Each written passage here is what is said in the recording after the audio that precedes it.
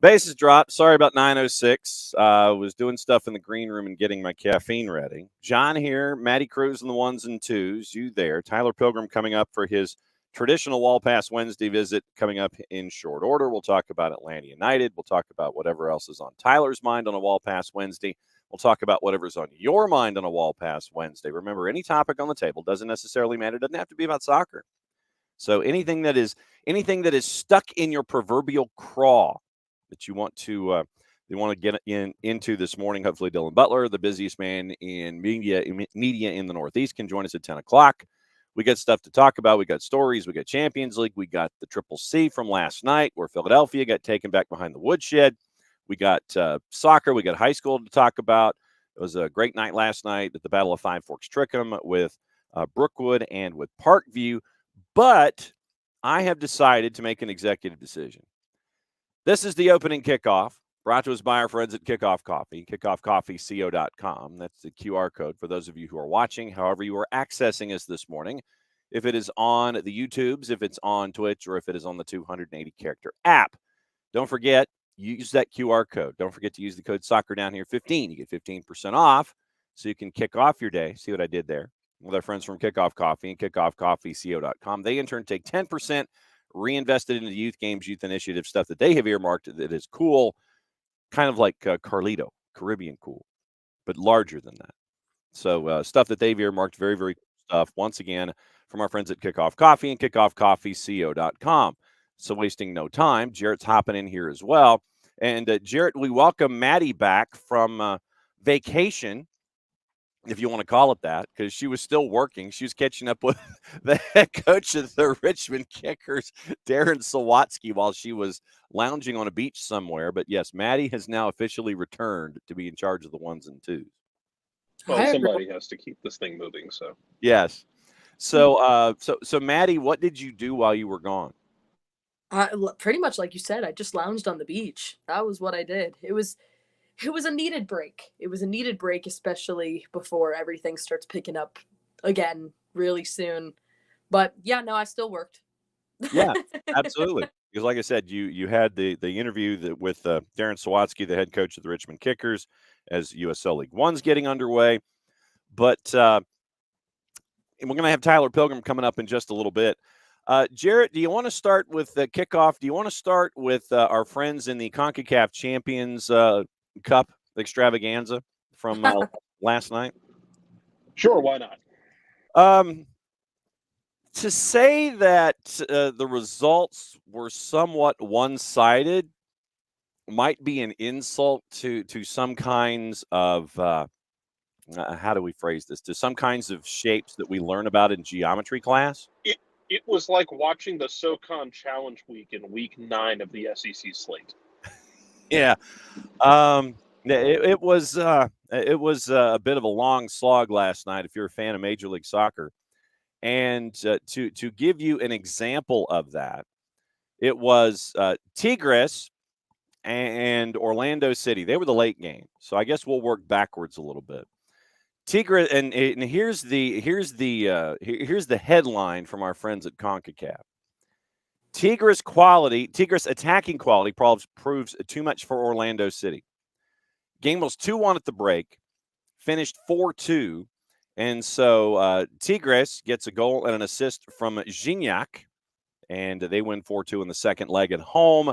And that result means that they go through on aggregate 4-2, and they're in the quarters, and they're going to face Crew. And Crew in Houston, they were the early match, and Crew got through there.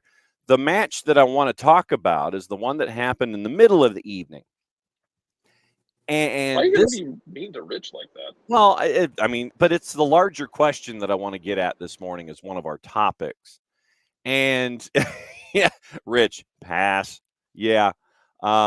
Rich basically is like pass. So what I want to get into here, and I'll get through the final score and everything. It was 6-0. 6. One more than 5 on your way to 7. 6. 6-0 by the time it was done. Solomon Rondon had a hat trick to help power Pachuca to that 6-0 win, and that means that they get, meaning Pachuca, the winner of Herediano and Robin Hood in the next round. Nothing like Herediano and Robin Hood getting your next opponent. So the window is there now for Pachuca to really to get to the Final Four. So Pachuca advances, but it was 6-0.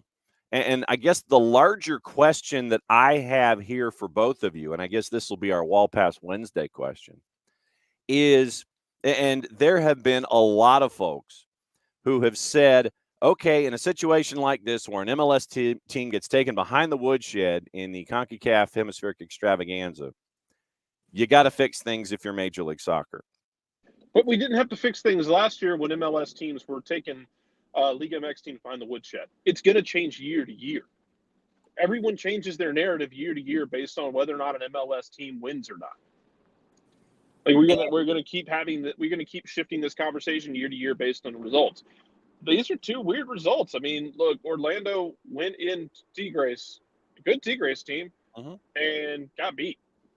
Gillespie has looked pretty mid for half the season, as David mentioned. Like, Gillespie has made some damn mistakes this year. He does not look like the guy who was an absolute monster. Philadelphia, I maintain my question with Philadelphia from the preseason, that you're running it back for the third year in a row. Right. And those legs are not getting any younger. I think Rich mentioned this. I think we were talking about it. When it comes to like just league, I think Philly will be fine. Yeah. I don't think they'll be like winning the Shield. I'll happy to eat my words if they do. But like just in league competition, they'll be fine. But man, like this 2024 Philly team isn't built to go to Mexico and compete in league matches and compete in street fights in Mexico and do this and do that. They're just not built for that. They'll be fine in league play. They'll win some games. They won't go to the playoffs. They'll be an absolute pain in the ass to deal with for everyone because their chemistry is going to be through the roof and their assholery is going to be through the roof. And I mean that in the most complimentary form fashion for a Jim Curtin team. Yeah. But man, they ain't built for this right now. No. So it's two unique situations. And yes, we absolutely want MLS teams to invest more. But I love that all of the roaches come out of the woodwork whenever an MLS team loses a big game on the road like that. And when it starts snowballing downhill on you, as everyone saw Saturday night, when it starts snowballing, it snowballs real damn fast. Yes. And so that narrative kicked back up again last night. There were some folks in the media that is social who were sitting there saying, oh, you've got to raise the salary cap. You've got to do this. You've got to do that. Circling back to the same things that we continue to talk about in these situations. And it's the elephant in the room. We know that Major League Soccer has to adjust things in the salary cap beyond just, what was it, an 8% increase in the cap going from year to year internally. We know that you've got to take the governor out of the golf cart. You got to pull the golf tee out to make sure that the engine can go and you can go screaming around the corner if you want to. But I think more importantly is that you have to have a floor when it comes to any kind of salary cap adjustment.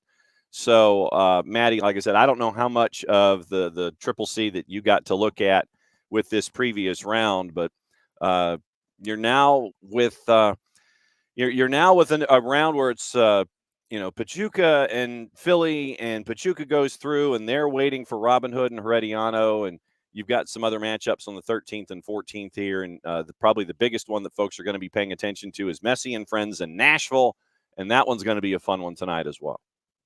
Yeah, I mean, listen, I feel like this happens every year. I mean, like Jarrett was saying, it's like it switches every year. To me, they're just complaining because they didn't win. And I'm like, and you should have won. I'm sorry. You did. If you really thought that you had the talent to do it, you should have won. The fact that Philadelphia lost 6-0, like that's bad. I'm sorry. Like, that's really embarrassing. And I mean, I think they should be embarrassed. They should try to come back into this one and do it. But I'm like, you can't keep, what else is there to blame? Like, I get that the salary cap does need to be changed, but what else can you blame? I don't know what the environment was last night. I'm looking up the starting lineup for Philadelphia, and let me bring in Tyler Pilgrim here into this discussion now that he's had to sip from his cup of coffee. So, Tyler, we've gone completely and totally philosophical for opening kickoff to kind of work things out. Sweet. We were kind of discussing what was going on in the CONCACAF Hemispheric Extravaganza last night, where it wasn't really a good night. I mean, you had two MLS teams going up against each other, so somebody was obviously going to advance. And then Tigres behind Gignac, who gets paid like $9 gazillion a year to stay at Tigres. Tigres, there was 2-1 at the break, 4-2 final. So Tigres advances, knocking off Orlando City, and the purple team's going to be coming here to Atlanta. But then I know that everyone in the spotlight is drawn to that 6-0 from Philadelphia last night, and we're trying to solve the world's problems today when it comes to Major League Soccer and trying to compete in this tournament. And to Jarrett's point, it is cyclical, but then you had everybody with the warning sirens again sitting there, taking out the civil defense helmets and everything and making sure that everybody had their mattresses and was in their bathtubs when it came to the competition last night because Philly got whacked. And so obviously everybody's sitting there going, oh, you've got to fix the salary cap. You got to do this. You got to do that. So we're trying to solve the world's problems on a cyclical nature. What did you think about what happened last night, and how would you address the issues currently that face Major League Soccer that are part of a larger discussion when it comes to CONCACAF? First of all, it's always a good day when you wake up and Philly and Orlando have gotten walloped. I don't care who does it. It makes me so happy. And also, I know Philly is complaining, saying whatever, repeating everything about the salary cap and this and that and the other. I get it. This is also national media figures who are sitting there saying, and I think it was Michele Giannone from Tudene who was saying it. You've got to raise the salary cap. You've got to fix these problems. Rawr. That was the only thing that was missing was the rawr as a part of the whole. It's a valid point. I get it. But right now, I just want to enjoy this. I will point out that Atlanta beat Pachuca in the world famous AmFam Cup in 2022. Mm-hmm. And that was not the best team. And it was also a year plagued with injuries. Right. And we didn't get beat 6-0, just saying. Okay. So I don't know. But I think 6-0, there's no excuse really. I mean, we can talk about the salary cap and everything else. 6-0 is bad. Mm-hmm. You just played bad. You were a bad team yesterday. And I don't think having, 2 or 3 other maybe somewhat better players would have made the difference in this game. You just didn't look good. You didn't look like you wanted to be there. So I don't know. Yeah, I know the arguments and the talking points and everything else are going to be going around, but ultimately it was just a bad soccer game for Philly, and it was a slightly less bad soccer game for Orlando. But neither one of them looked great, and I hope these teams meet again in the Leagues Cup. Rich Ransom, our resident Philadelphia Unionite, he goes, we were not going to beat a past Liga MX champ in the second leg at home. Philly supporters knew going into the season expectations for this team were low. The whole running it back thing for the third year in a row. Here was the lineup last night, by the way, for Philly going up against Pachuca. Andre Blake in net, Harriel, Glesnes, Lowe, Wagner, Martinez, Bedoya, McGlynn, Sullivan, Gazdag, and Ua. So that's a first-choice lineup. You went all in a first choice going up against a Tigres side, and Jarrett gives us the Irish goodbye. He might try to circle back in hour number 2. It's Jarrett's signature. It's the Irish goodbye. So, so first-choice lineup, and Rich is wondering who in Philadelphia is saying these things. No one is. But I know that I think nationally, I think Rich is where the discussion is about Philadelphia running it back for the third year in a row, and looking at the comments of Jim Curtin preseason and these kinds of things. But the larger point, I think, is much like every other tournament that we know, it's luck of the draw, figuring out the bracket, and navigating the road game, I think, more than anything else, and not putting yourself in a position to where if you have to have that second leg on the road in a hostile environment that you've got to dig yourself out of a hole in the first place. All of these things that we know in tournaments, you can't have go against you to prep yourself for these second legs. Yeah, I mean, I also don't think you can place the full blame on Philly. This goes for Orlando too. Oh, no. I Yeah. mean, both teams could have come in there and played well, and neither of them did. They were very much below average for both sides. And I think it's nationally, but I think they're using Philadelphia as the standpoint just because of the goal difference. I think that's why it's such an emphasis on it, because of how like big that goal difference is. But I mean, it goes both ways. I mean, I think both teams, they could have played better. I mean, I think they both had that, especially with Philly not being able to play in the MLS regular season because they had the game was stopped due to weather. Right. And so you had to get out of town, and they've got to figure out that rescheduling too. And I'm trying to go quickly and figure out what the Orlando lineup was. Trying to zoom as quickly as it possibly can. The player stats. You got me? I got you. All right, hit the lineup for Orlando. You had Muriel up top, Angulo, Ladero, Torres, Cartagena, Martins, Thorhalson, Brecalo, Janssen, Smith, and then Galese in goal. Okay, so that's fairly first choice. Yeah. So once again, you're pushing all your chips to the center of the table, trying to move on, but didn't work for them as well. Yeah, and Rich, this was a point that we had, and I would suggest for anybody that wants to. We actually did a deep dive into the Philadelphia situation in the preseason. And so Rich says 50% Jim, 50% the front office, still not giving him the tools to win. And we actually came up, I think it was like a 45-minute deep dive into the situation. And the bottom line is, even though they're investing, the owners might now have to be in a situation where they need to sell to have somebody else who has deeper pockets to help Philadelphia out, bring in the talent that they're having to spend on, but spend more on, like other clubs that we know intimately, in addition to the academy situation, which, kind of like other teams that we know intimately have been able to do that as well. So then let me ask, Tyler, is there an easy fix here when it comes to these situations with MLS teams, or does it come down to all those variables that we've been talking about, you think?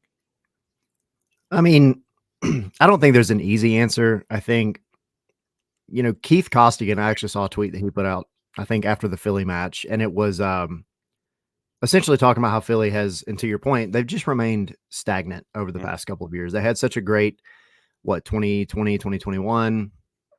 And then, not that they've been bad since then, but they just haven't done anything to grow. And he said, you can't just rely on the academy to do everything for you, because you never know at what point those players will hit their ceiling, or at least hit their temporary ceiling, right? You'll always have a year or two where maybe you don't improve as much as you want to as a player. But I think he's right. MLS, you have to hit on both sides. You have to spend some money and go out and get talent. And then you have to have a good academy. And I always go back to Tyler Wolff last year in Orlando. I was at that game. And we did the post-match interview. He scored the tying goal almost in stoppage, close to stoppage. Right. Made it 1-1. And we talked to Brad and we talked to Tyler Wolff. And Brad mentioned that, for guys like Tyler Wolff, it's tough in this league because, with a team like Atlanta or a team like Miami or somewhere that's going to go out and spend money, it makes it tough for those guys that have come up through the academy, or the younger guys, maybe not homegrowns, but just the younger guys that have come up, because they're often going to get glossed over. So for them, they either have to put their big boy pants on and improve and really, really give a fight for those spots, or they're going to go by the wayside. And then Tyler Wolff came in there and essentially repeated the same thing and said, I've had these conversations with my dad, my brother, about going in and making the absolute most out of every opportunity. And I think if you look at Tyler Wolff's season last year, that was very much what he did. And that's what you have to do, I think, as a whole in MLS. You have to have those guys coming up through your pipeline that want to play, that they're hungry. They're hungry. And even if they do get 15 minutes in a match, they're going to do what they can to make the most of it. And And then on top of that, you have to have your guys that you're paying big money for do big money things. And it just, none of that worked for either one of these teams yesterday. All right. So now that we've had a couple days, let's steer it back to Atlanta United. And now that you've had a couple of days to look at what happened, it was, I don't know, maybe it was half a Rev wedding reception. I don't know. It wasn't quite Rev wedding. It wasn't quite like a second Rev wedding. There was no divorce and getting remarried or anything like that. So maybe it was a Rev wedding reception 4-1. Now that you've had a couple days to kind of digest what you got to learn in the locker room, learn in post-match, learn at the match itself, what are some of your other takeaways from Atlanta United's win over New England on the weekend? I think, one, this was a match where you looked at all the things that have been mentioned in the preseason and then kind of going into the season with the chemistry and the focus, like the inward focus that Pineda and the players have talked about, like all of that kind of came to fruition in this match. And, people talk about the first half, and the first half, it had ups and downs. I mean, it wasn't great, but it wasn't bad either. You're thankful that crossbar did its job in the first half. That's one of the better defenders you could ever have. If you're it's always there. Best friend. But, other than that, though, like it was very much a back and forth. They were kind of feeling each other out. But then you have to remember, too, Atlanta had that 2-week break. And so I don't care what form you're in, what part of the season you're in, or what players you have on your team. You're always going to have some rust when you're kind of stopping and starting, and there's like this choppiness to the beginning of the season. Everybody's not going to be on the same page. I don't care what chemistry building, team bonding stuff you're doing. But they figured it out. And, you win the penalty, and then it opens the floodgates from there. And so I think seeing the team just do what they did, the third goal to me was like the epitome of what Pineda wants out of this team. I mean, like that, it was such a beautiful thing to watch. And I was having a heart attack in the press box watching them play out of that corner. Knowing, and not do it every time, knowing good and well like what they're trying to do. Mm-hmm. But man, I've got PTSD from the past couple of seasons, and I'm just waiting for that mistake. But they did so well, and then of course, they play it out. Brooks Lennon puts in just like the dime of a cross, and then Giakoumakis does what he does, and it was beautiful to see. But then I think when you go to Pineda's comments after the match about how all of that happened because of their film crew, their film review team, kind of seeing some pieces of New England's defense that they could exploit, and then putting it into play in a game, and then it coming to fruition in that beautiful goal. Like it's just things. If you can keep some semblance of that chemistry amongst the whole club, the players, coaching staff, film review guys, everything, you're going to have a good season, because it was just a thing that was fun to watch. It was fun attacking soccer, but it wasn't perfect either. I mean, we kind of chatted with Pineda yesterday at the training ground. And one of the things that I asked about was their pressing, because it seemed a little bit disorganized in this game compared to what it did in Columbus, which is funny considering the result. But he said, it was much better in Columbus. It wasn't where we wanted it. And so they were spending this week working on just some of those triggers, some of those things, because Giakoumakis was getting frustrated in this match. He was getting, like visibly irritated that at times he was the one going to press and nobody was pressing with him, and vice versa. And so I think overall, though, it's a 4-1 win, and you should be happy about it. And you just, now, if you're Atlanta, you just have to maybe fine tune the little things that didn't go exactly the way you wanted them, and go from there. Maddie Cruz for Tyler Pilgrim as Tyler takes a sip from his coffee. What's up, Tyler? How you doing?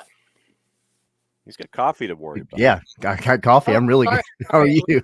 I'm doing well. I think just from the aspect of how the game performed, obviously those fine-tuning things, but I think it also helps too. You play that first game, that game at home, and then you also get to play again at home this Sunday against Orlando.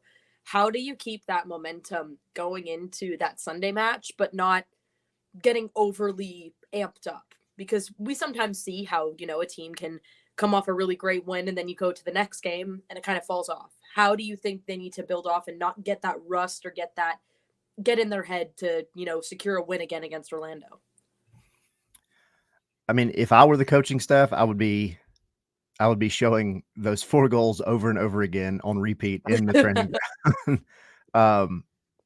But I think, yeah, there has to be some tempered, conversations of just like going back to what I said a minute ago. Pineda wants this team to focus inwardly and just worry about what they can worry about and fix what they can fix and not worry so much about the outside noise. And I think you have to go into it with confidence, knowing like your plan's working. It did the job Saturday, and you had a rowdy, really big crowd there. You're still, I mean, it's not going to be 8,000 on Sunday, but you're probably going to pack out the 2 lower bowls, right? Mm-hmm. And so I think you just have to kind of, for the new guys, you have to go into the conversation saying, hey, expect more of what you had Saturday with the atmosphere and the vibes and the crowd and everything else. This was not a one-off thing. Welcome to Atlanta. This is what happens here. But then for the guys that have been here, you have to just say, hey, more of the same. Let's fine-tune the little things, fix the little things, and have an even more complete game. Maybe keep a clean sheet going into this one, but don't get big-headed about it. It's still one game. What is the mug this morning, by the way? It's the same. I thought about getting a different one. I'll save that one for next week. It's still Mandalorian. All right. Okay. Yeah, I was thinking about going with the Mario Cup this morning, but okay. I didn't know if you were an individual of ritual or if you like to juggle your mugs. I didn't know how you were. So this is like a 90% of the time mug. This is like that everyday. Have you ever seen, what is it? Olympus Has Fallen? Is that the movie? Where I think it's that one where Morgan Freeman, he suddenly becomes like the president, after everything else happens with the president, vice president. And then he's first order of business is get me a legitimate like ceramic coffee mug because it always tastes better out of those. This is that mug for me. This is the one that it just tastes better out of. And then Tyler Pilgrim decided that the Mandalorian was going to be the way he was going to enjoy his first cup of coffee. And Tommy, who is eavesdropping in this morning. I know I'm shocked. Orlando used a lot of energy last night, plus a late night game, plus travel home. You have to take advantage. Absolutely true. And all of those factors combining with the lineup that you used at Tigres, turning around and having to, I'm imagining flying home. And so today being Wednesday is probably just light recovery. And then Thursday is when you're going to be doing all of your stuff outdoors. Friday's probably your travel day. So basically what you're looking at is maybe a day or a day and a half for Orlando to try to reorient from getting shelled by Gignac, turning around and then having to come up here and play in an environment where they're not too highly thought of, to end a sentence in a preposition. And so I think that this is definitely one that you're going to have to take advantage of. I want to know, frankly, what the condition of the guys are for the purple team, because I want to know what the lineup is going to be for Oscar Pareja. Is he going to try and trot guys out and say, give me what you can, since we don't have the Triple C to worry about anymore? Or is he going to rotate knowing that the wear and tear was there midweek? This will be the interesting question for me with Oscar Pareja. I think, call it what we want, but I mean, it's a derby game, right? I would imagine, again, we had the same conversation last week about New England, but there's a little more hate, I think, between these two teams. So just a little bit, just a little bit. I'm still waiting on stepfather Yako to show what he's about. But no, I mean, if I'm Perea, I'm trotting out the first choice if I can. I mean, you may not get 90 minutes, but try to give me 60. I think. I mean, and you do have the benefit of their game was on Tuesday, so you do have one extra day. Of course, that travel sucks.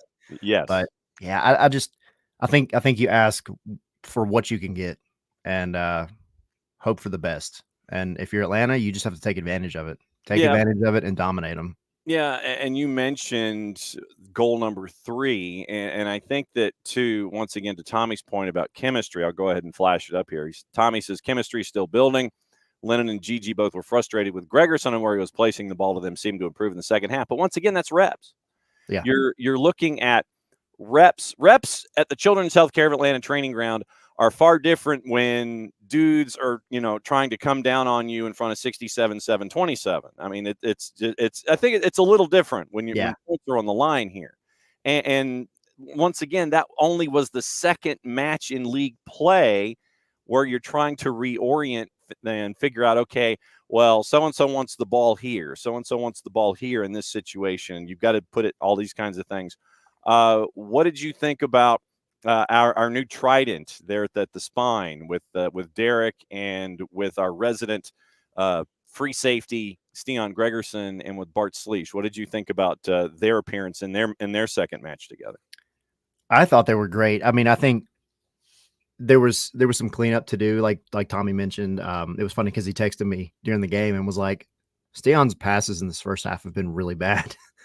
But it was funny because Steon would do so well to just shut down an attack because he is so fast. He's so agile, which is really scary for how big of a guy he is. But yeah, he did everything well to be in the right places and everything else. But then I think his passes would definitely let him down. But then he started to clean it up. And as the game progressed, it felt like he kind of grew into it a little bit more, and that it was faster than it was in Columbus. And so that's what you want to see. You want to see the progression. Derek, we did our ratings thing, then put it out yesterday. I think Derek had a pretty good game. He wasn't perfect. He had a couple of little mistakes, but I think his recoveries were really, really good. And if you look at his numbers, they were, I think, above average, but it just seems like those two communicate and just get each other a lot quicker and better than some of the center back pairings we've had in the past. And then Slish, I felt like Slish just had a phenomenal game. I feel like he was exactly what you needed him to be. He was helping kind of usher New England to each side. He was kind of being that what's the word? I guess the phrase, because I know you always talk about free safety. Mm-hmm. I guess I'm trying to think of another football term that would work in this situation. But is he your rover? Yeah, that's a good one. Yeah. And he just kind of floats and then he appears and he's your bandit back. Yeah. And he's that additional number to give you numerical superiority on one side. And, Dax yesterday at training, he talked about how part of their whole idea was to push New England and Orlando this weekend. You want to push them out wide. You want to keep them out wide because what they want to do is play through the middle. And we go back to last season and I would lose my mind watching some of the goals that Atlanta gave up last year, where it was just that late runner into the top of the box where your number 6 should have been. And they would just appear and the ball would get played to them and nobody was there to cover them. And it was a goal. And Slish has handled that responsibility well, and then some. And they all have the benefit too. And maybe sometimes this goes underrated, but they all have the benefit of speaking English. They speak the same language, right? And it just seems like the three of them are getting each other. Not perfect yet, but it's like you said, it's 2 games in. Like what you do at the training ground doesn't equate to Mercedes-Benz Stadium or wherever you're playing a real game. It helps, but it's not going to be exactly the same, variables and everything else. So I liked them. There's room for improvement, but it's still, to me, way better than what you had last year. Tyler Pilgrim from Scars and Spikes hanging out with us on a Wall Pass Wednesday. Maddie, for Tyler, go. Oh, so I guess we already kind of mentioned it a little bit. Orlando, it's very much a derby game. It's a rivalry in an essence of it was like the league kind of forced it a little bit, but it did end up becoming a rivalry because I am one of those people I don't like Orlando that much. But anyway, and when you have fans decide that uprooting metal bleachers during some of the first activity at Bobby Dodd is something that fans should do, but I digress. Yeah. No, absolutely, 110%. Did you say that out loud? Oops. What? Oops. I'm sorry. Did I mention that? Was that in my out loud voice? I'm sorry. Dang, I thought it was in my head. Martha. I mean, but I guess my question's more or less not even just about the game Sunday, but do you have a moment where you were like, "Ooh, here's the rivalry"? Like, was that a moment for you where you like had that distinction of watching a game and you were like, "Okay, yeah, I don't like this team." For Orlando, Yeah. specifically.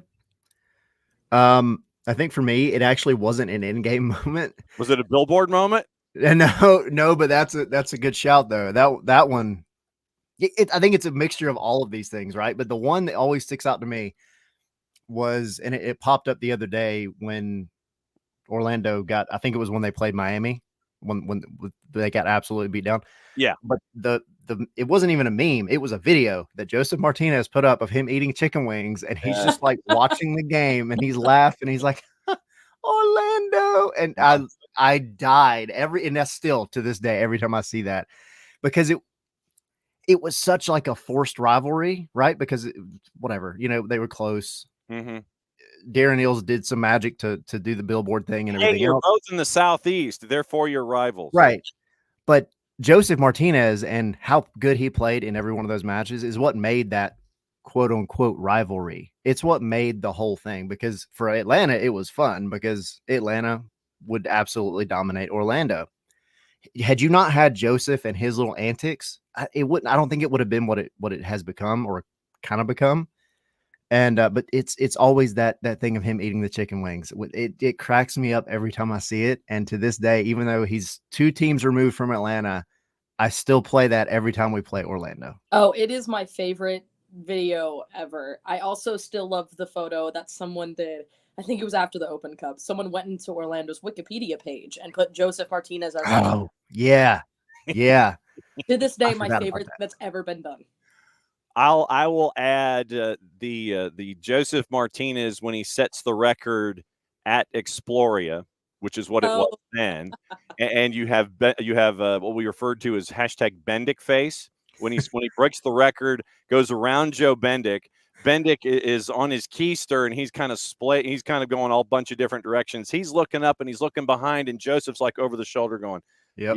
yeah, bruh. Yeah, when he set the record. So there are moments in this rivalry that have made it the rivalry that it is, and I think it's going to be once again a very interesting display when it comes to all of the variables that we have taken in for this particular rivalry. You've been at practice this week. I know that some folks were held out for load management. I feel like we're the San Antonio Spurs at times, and Gonzalo Pineda's Greg Popovich. It's like not at practice today. Why? Load management, DNP, load management. And then I think Derek was a little under the weather. I think that was, did I read that correctly? Do I remember? Yeah, he just had a little sickness. Said it wasn't anything serious, but they expected him back today. I haven't heard if he's back today, but yeah. And then Michael Head brings up an interesting element in this. I was about to say the Tito Villalba rocket from outside the 18 that I think was trying to burr a hole in the net, through the net, and through the 100 section behind the net when he got that goal. Late, horribly late in a match. And Michael wasn't his nickname? Am I crazy? Wasn't it like the Lion like Destroyer or the Lion like Tamer or something like that? Yeah, I think back in the day, Tito was the Lion Tamer or something along those lines. So yeah, the only thing missing was the stool and the whip, like Gunther Gable Williams, and I just dated myself. I just dated myself with that reference with Ringling Brothers, Barnum and Bailey. So, all right, Tyler, thanks for hanging out as always. Go ahead and hit the promo for me and let me know what's going on at Scarves and Spikes and how folks can access what you guys are doing. Oh, how was Signia? How was the remote at the new hotel? How shiny is it in there? It is quite shiny. Great drinks, great food, and yeah, it was a fun time. The bar up on the 4th floor, just unrelated to our show, but if you want somewhere else to go just to hang out before a game, that bar is open. It's an open sports bar. You can go and hang out. They have a really cool Halo board right inside that's obviously reminiscent of the one inside the bins. Okay. And it's got all the TVs on the inside and outside of it, so you can catch whatever sporting event you happen to be watching. But yeah, it was a great time. We had fun. We had a good turnout, and obviously we just appreciate all the support. That was a lot of fun. Is this going to be a regular thing where you guys get to go hang out at a sports bar with a ribbon board, or what's the plans with you guys Insignia? So we have a couple more planned.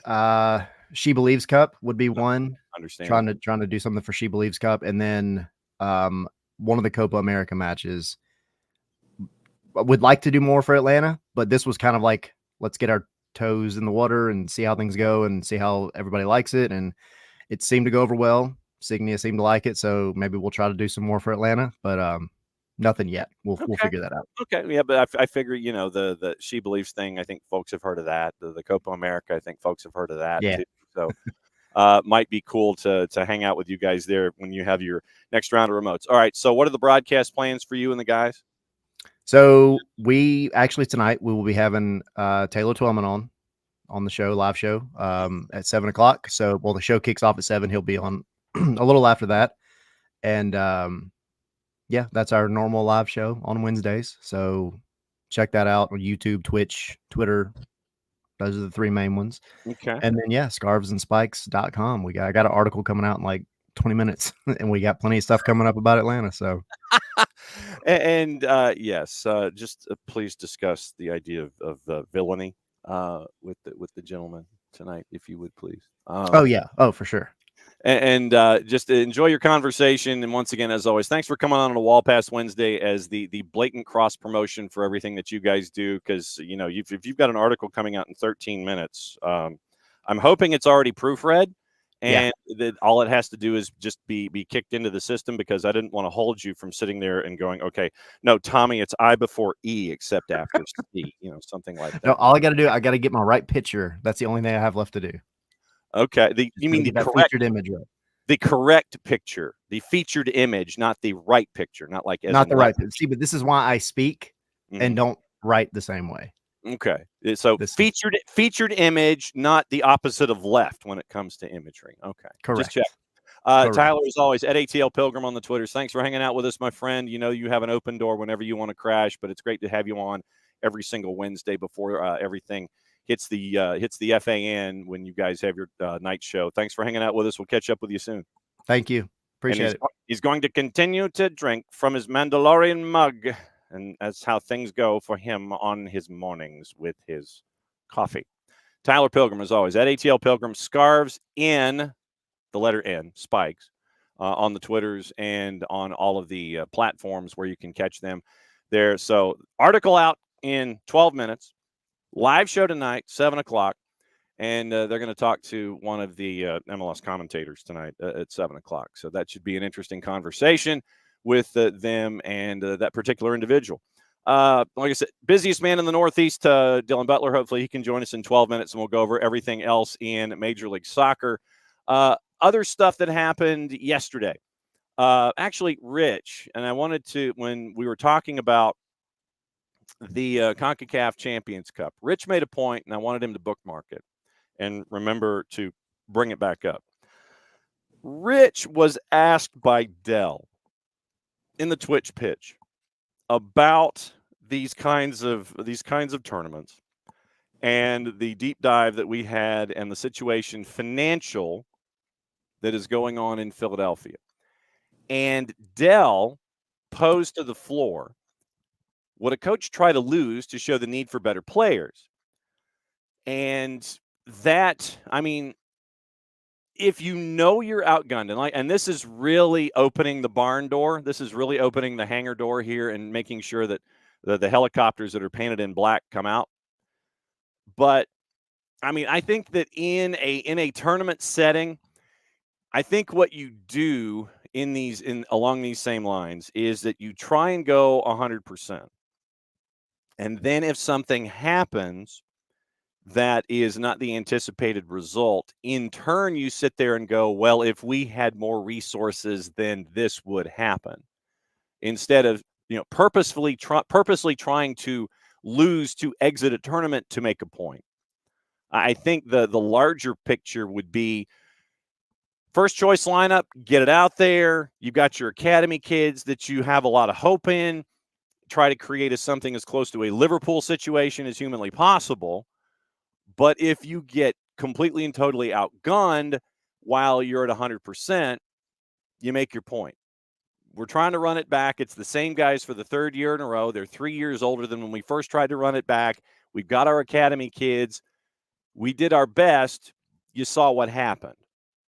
So I think that that would be the way to approach what's on your mind, as opposed to sitting there and saying, well, you know what? I think we'll just flat out tank and focus on the Major League Soccer season. I don't think that it's, like an FA Cup situation where if you have, as an example, 9 other competitions that you're trying to do and you're in England, it's like, yep, you're going to sacrifice one, so you sacrifice CONCACAF. I don't think that's the case. I think that what you do in this situation is you lay it all out there, you do your best, but then behind closed doors, it's like, okay, I proved our point.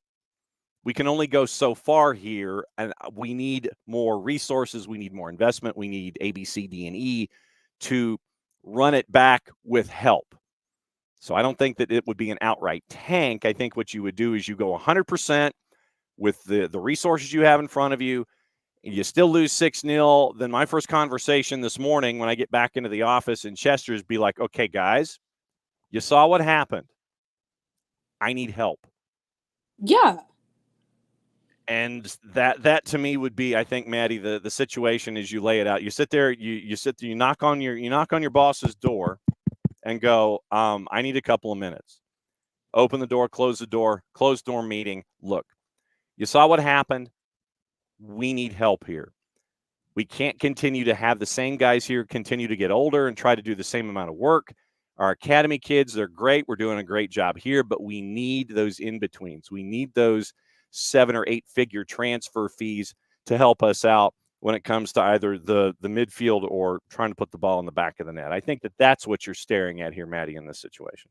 Yeah, and I mean, like, I think to Rich's point, I mean, I don't think Jim Curtin, as much as I'm not a big fan of Philadelphia, and Yeah. we know this.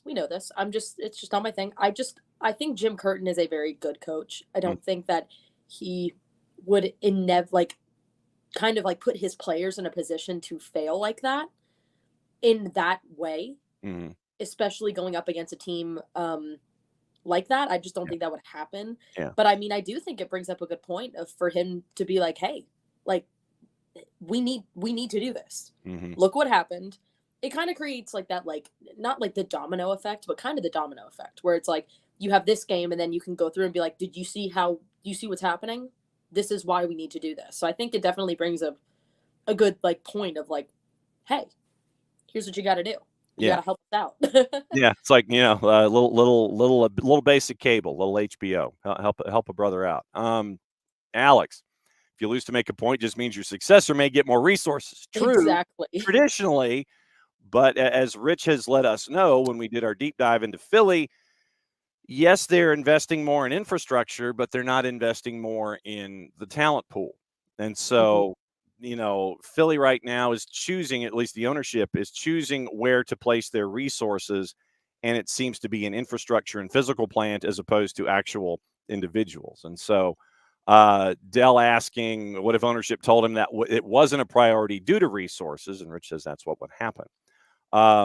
Once again, before hopefully Dylan can join us at the top of the hour. Morning, Shooter. Morning, Alex. Shooter is on a roll discussing the Revs. Shooter is saying that the Richmond Kickers would kick the Revolution's ass. That's where tying in recent interviews with Maddie and what happened last weekend with our resident New England Revolution fan. I see what you did. I see what you did there. Oh, yeah. See, morning, Rich. Morning, David. Morning, Kefsey. Kefsey saying good Australian evening, by the way. Abby, morning. Good to have you back, Abby. And hope to see many of you at the Twos match on Saturday. We'll be there too. We will be there as well. We will be there as well with our first broadcast of the season, kicking off MLS Next Pro on soccerdownhere.mixler.com. So Mixler is where we have all of our live events. It's going to be a very, very busy couple of days. And today we will be at Riverwood, Wheeler and Riverwood, for the midweek special here on the SDH network. So I've got to double check and see if it's 6 or 8 or 5:30 and 7:30. I think it's 6 and 8. Don't quote me. After last night, the Battle of Five Forks Trickham, both ends won by Brookwood. And the girls won 3-0. The boys won 3-1. Friday is going to be a special one. We're going to Middle Georgia for the first time.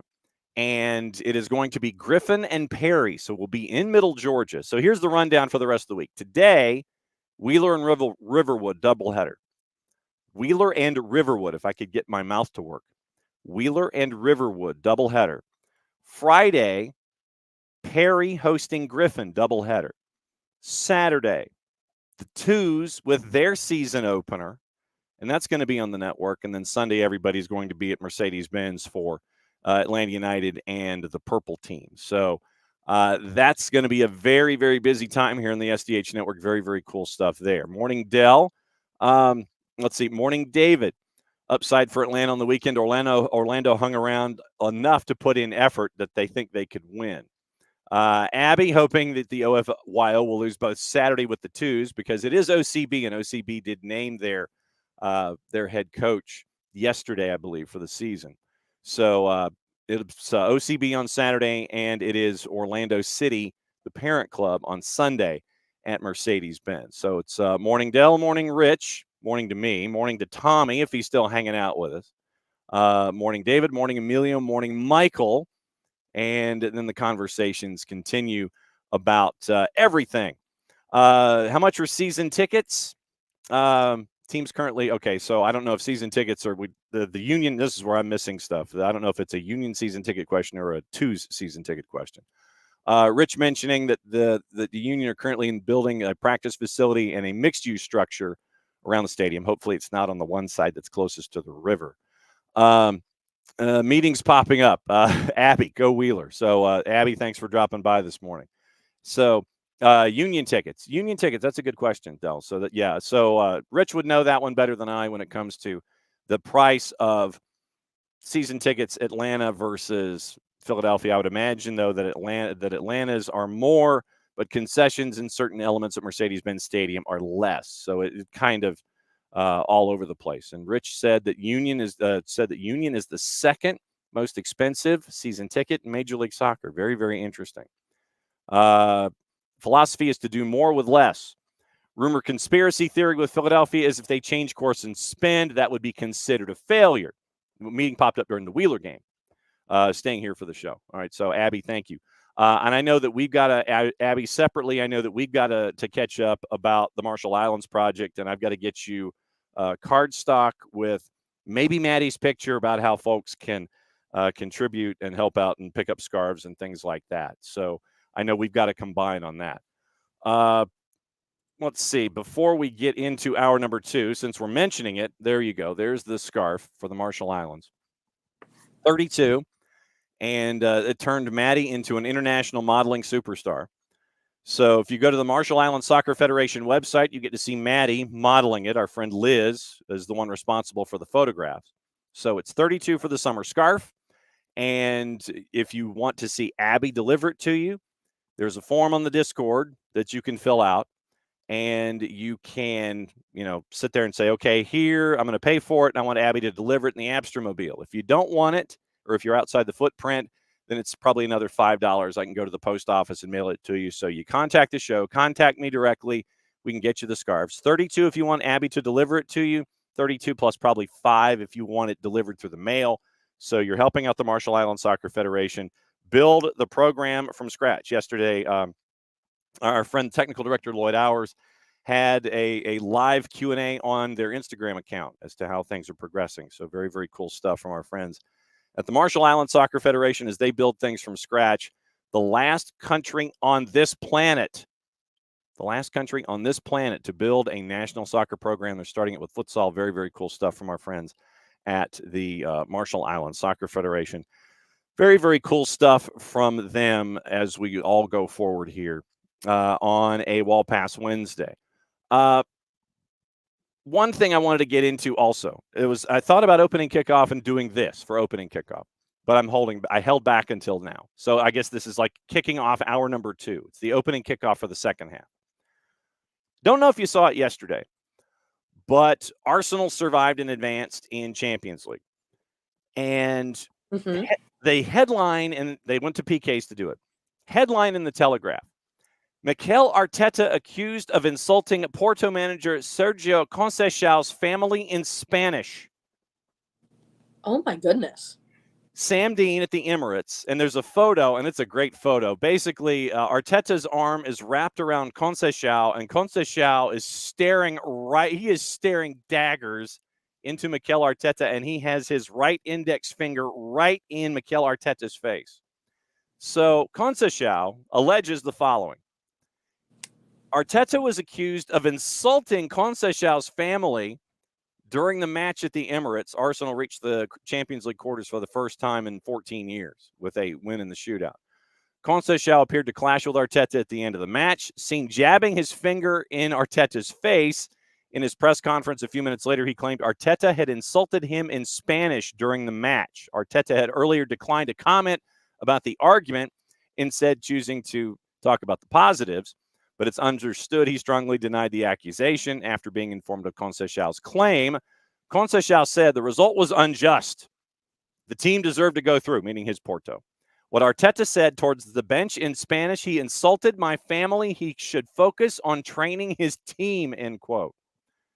Conceição has a history of clashing with Premier League managers. Back in 2020, after a match against Manchester City, he accused Pep Guardiola of, quote, speaking about our country using ugly words, end quote, and added Guardiola's attitude was extremely unpleasant. Conceição has made a similar complaint against Thomas Tuchel following Porto's quarterfinal defeat by Chelsea in April of 2021. Quote, I was insulted by this gentleman who is next door, meaning Tuchel at the time. I didn't quite understand. I heard some insults, but it's over.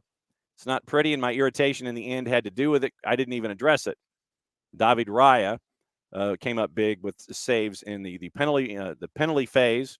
So basically, the man got fired up again. And so for the third time in modern history, third time in the last 4 years, Conceição has basically said that the Premier League manager on the other side of the touchline has insulted either him or his family or his club. Yeah, that's There's a level of consistency there. Yeah, I feel like, one time, heat of the moment. But I feel like even heat of the moment, you don't say that. You don't threaten someone's family.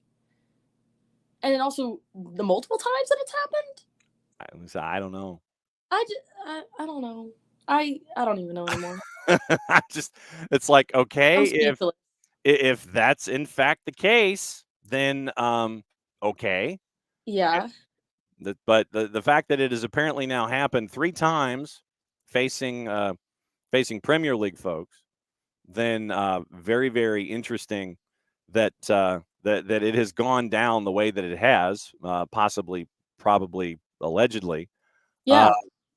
So I'm trying to find more information. Gary Jacob at the Times. Arsenal wins 4-2 in the penalty shootout. Second leg finished 1-0 after extra time.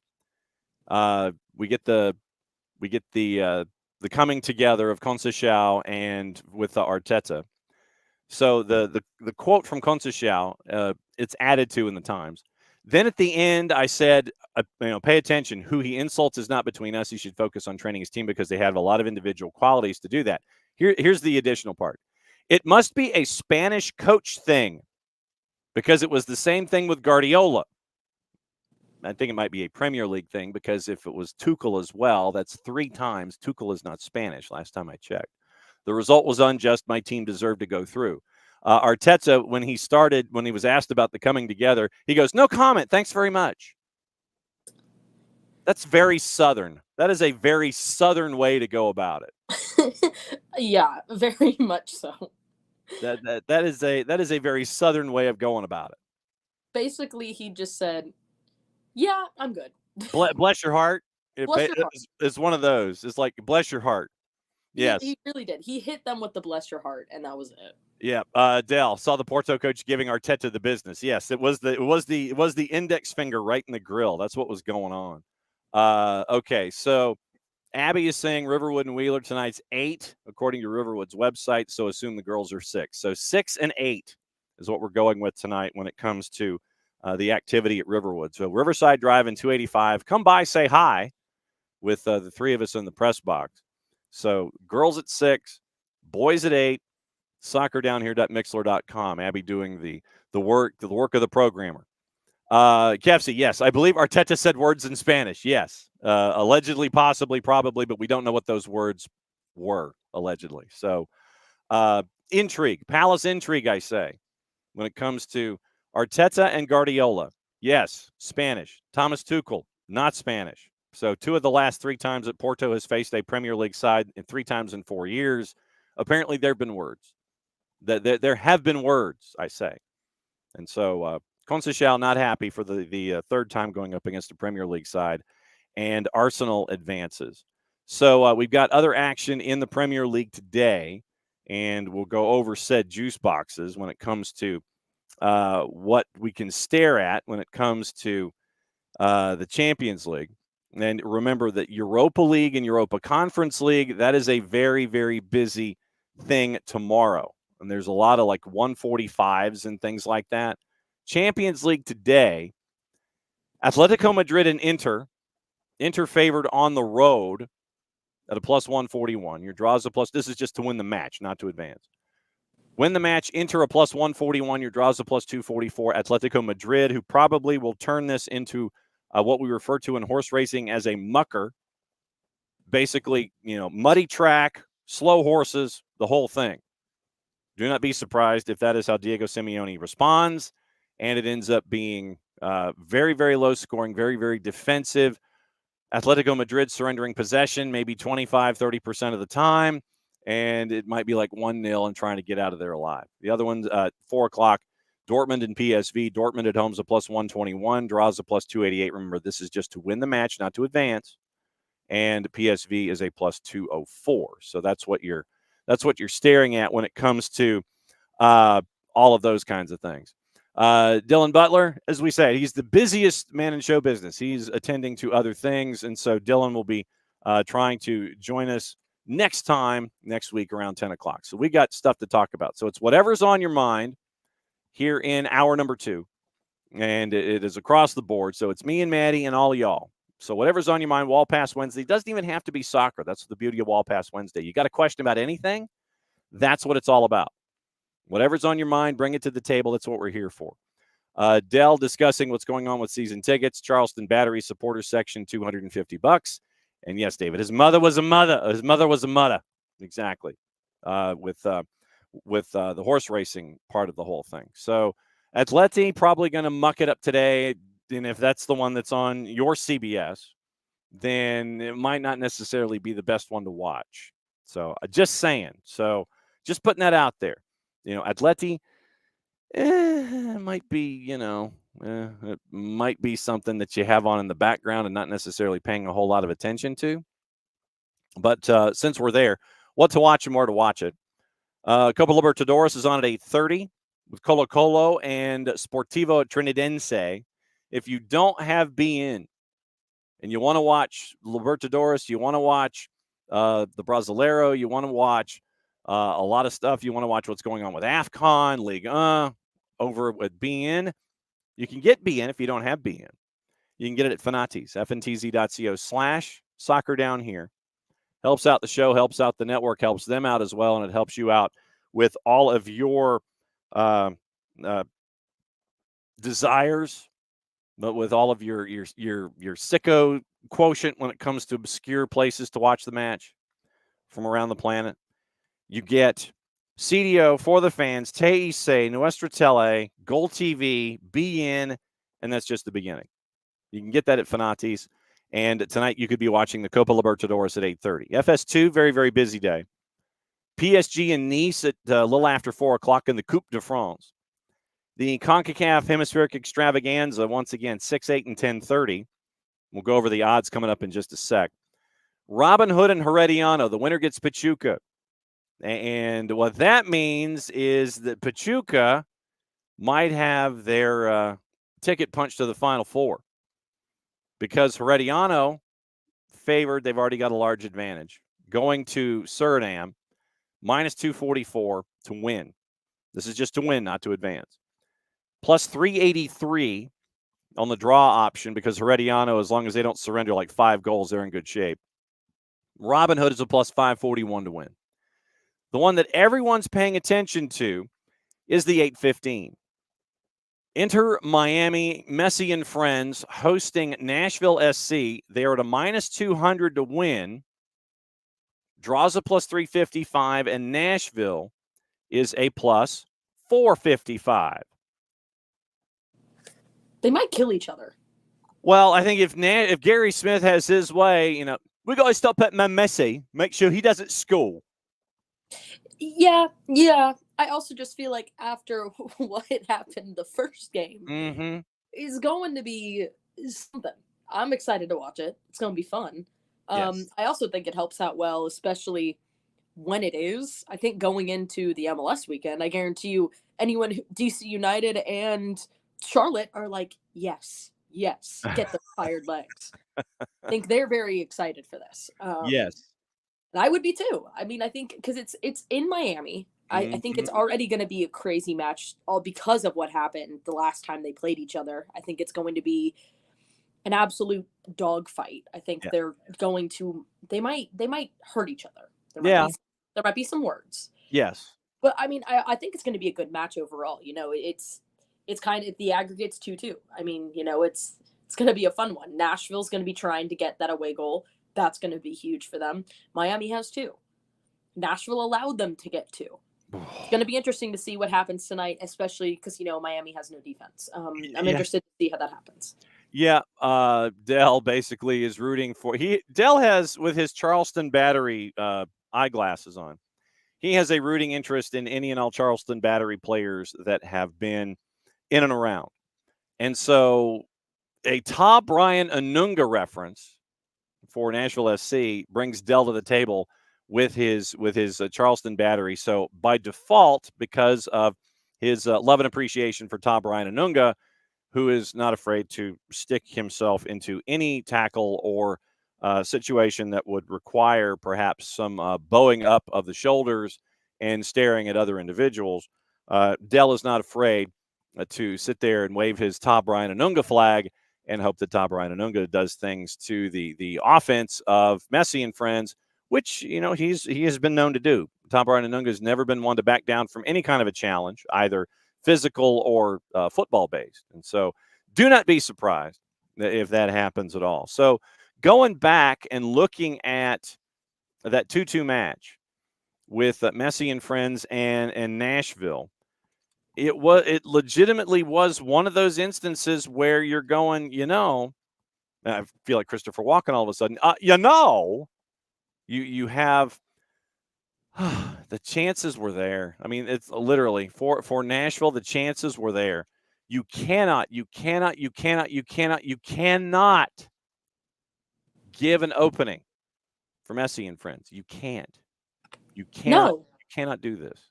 And I think that was the issue. The entire time, Nashville was playing at home. They had the advantage, and they could not solidify in that back line, and they allowed Messi and friends to come in there and, get 2 goals on them. And that's going to be good. Now, I think Nashville's going to go into this game, a little bit, they're hungry for it, which makes sense, absolutely. But, they're away. It's going to be a lot harder. And you have to think that maybe Miami knows that, and they might try to bunker down a little bit more. But again, who do they have to bunker down? Messi's not going to go back there and defend. Well, I mean, at the moment he's not. Here's how it all laid out in the first match. Nashville got 2 goals. It was 1-0 at the break. Jacob Schaffelberg scored in the 4th minute. And frankly, I don't know how well, I do, but once again, that's opening the helicopter hangar and letting the darkly tinted helicopters come out. I don't know how I don't know how Messi and friends actually survived the first 45 minutes with 11 men. I really don't. I don't either. And there were instances where legitimately it could have been at least a man down, if not two. And there were, I think one was Redondo.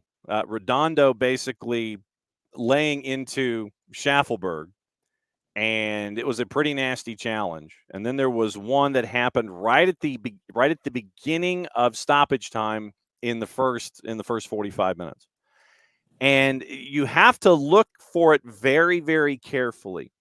There was one angle where literally the AR is holding up the light board, and you see another hip check that literally, I think it was Schaffelberg again. Schaffelberg scored, and then he got targeted. And so he gets hip checked, and I don't know, like I said, I don't know how Messi and friends finished with 11 in the first 45 minutes. They did. But then Jacob Schaffelberg exerts the best revenge that you could ever have, scoring in the 47th minute to make it 2-0. But once again, this goes to the issue of angering Superman. As the old Jim Croce song says, you don't spit on Superman's cape, you don't spit in the wind, you don't pull the mask off of the Lone Ranger, and you don't mess around with Slim. And in this case, Slim would be Lionel Messi, because the last thing you want to do is get him angry. And once again, I don't know how the Lucas McNaughton challenge on Lionel Messi didn't end up with at least a card. That didn't end up with a card. No card. Not even a card. I know that Messi ended up laughing it off or just staring at the AR and going, bruh. And Messi scores in the 52nd. And then Luis Suarez scores at 90+5. And I don't know if that speaks to defense or if that speaks to what Messi and friends do when they're mad. It's like the Incredible Hulk and David Banner, the old thing from the TV series. Don't make me angry. You wouldn't like me when I'm angry. That happened in the second 45, and you end up at 2-2. So that's where we are after the first leg of this particular two for Maddie. And I don't know. I really don't. I don't know either. I think it's definitely going to be a match. I don't know what could happen.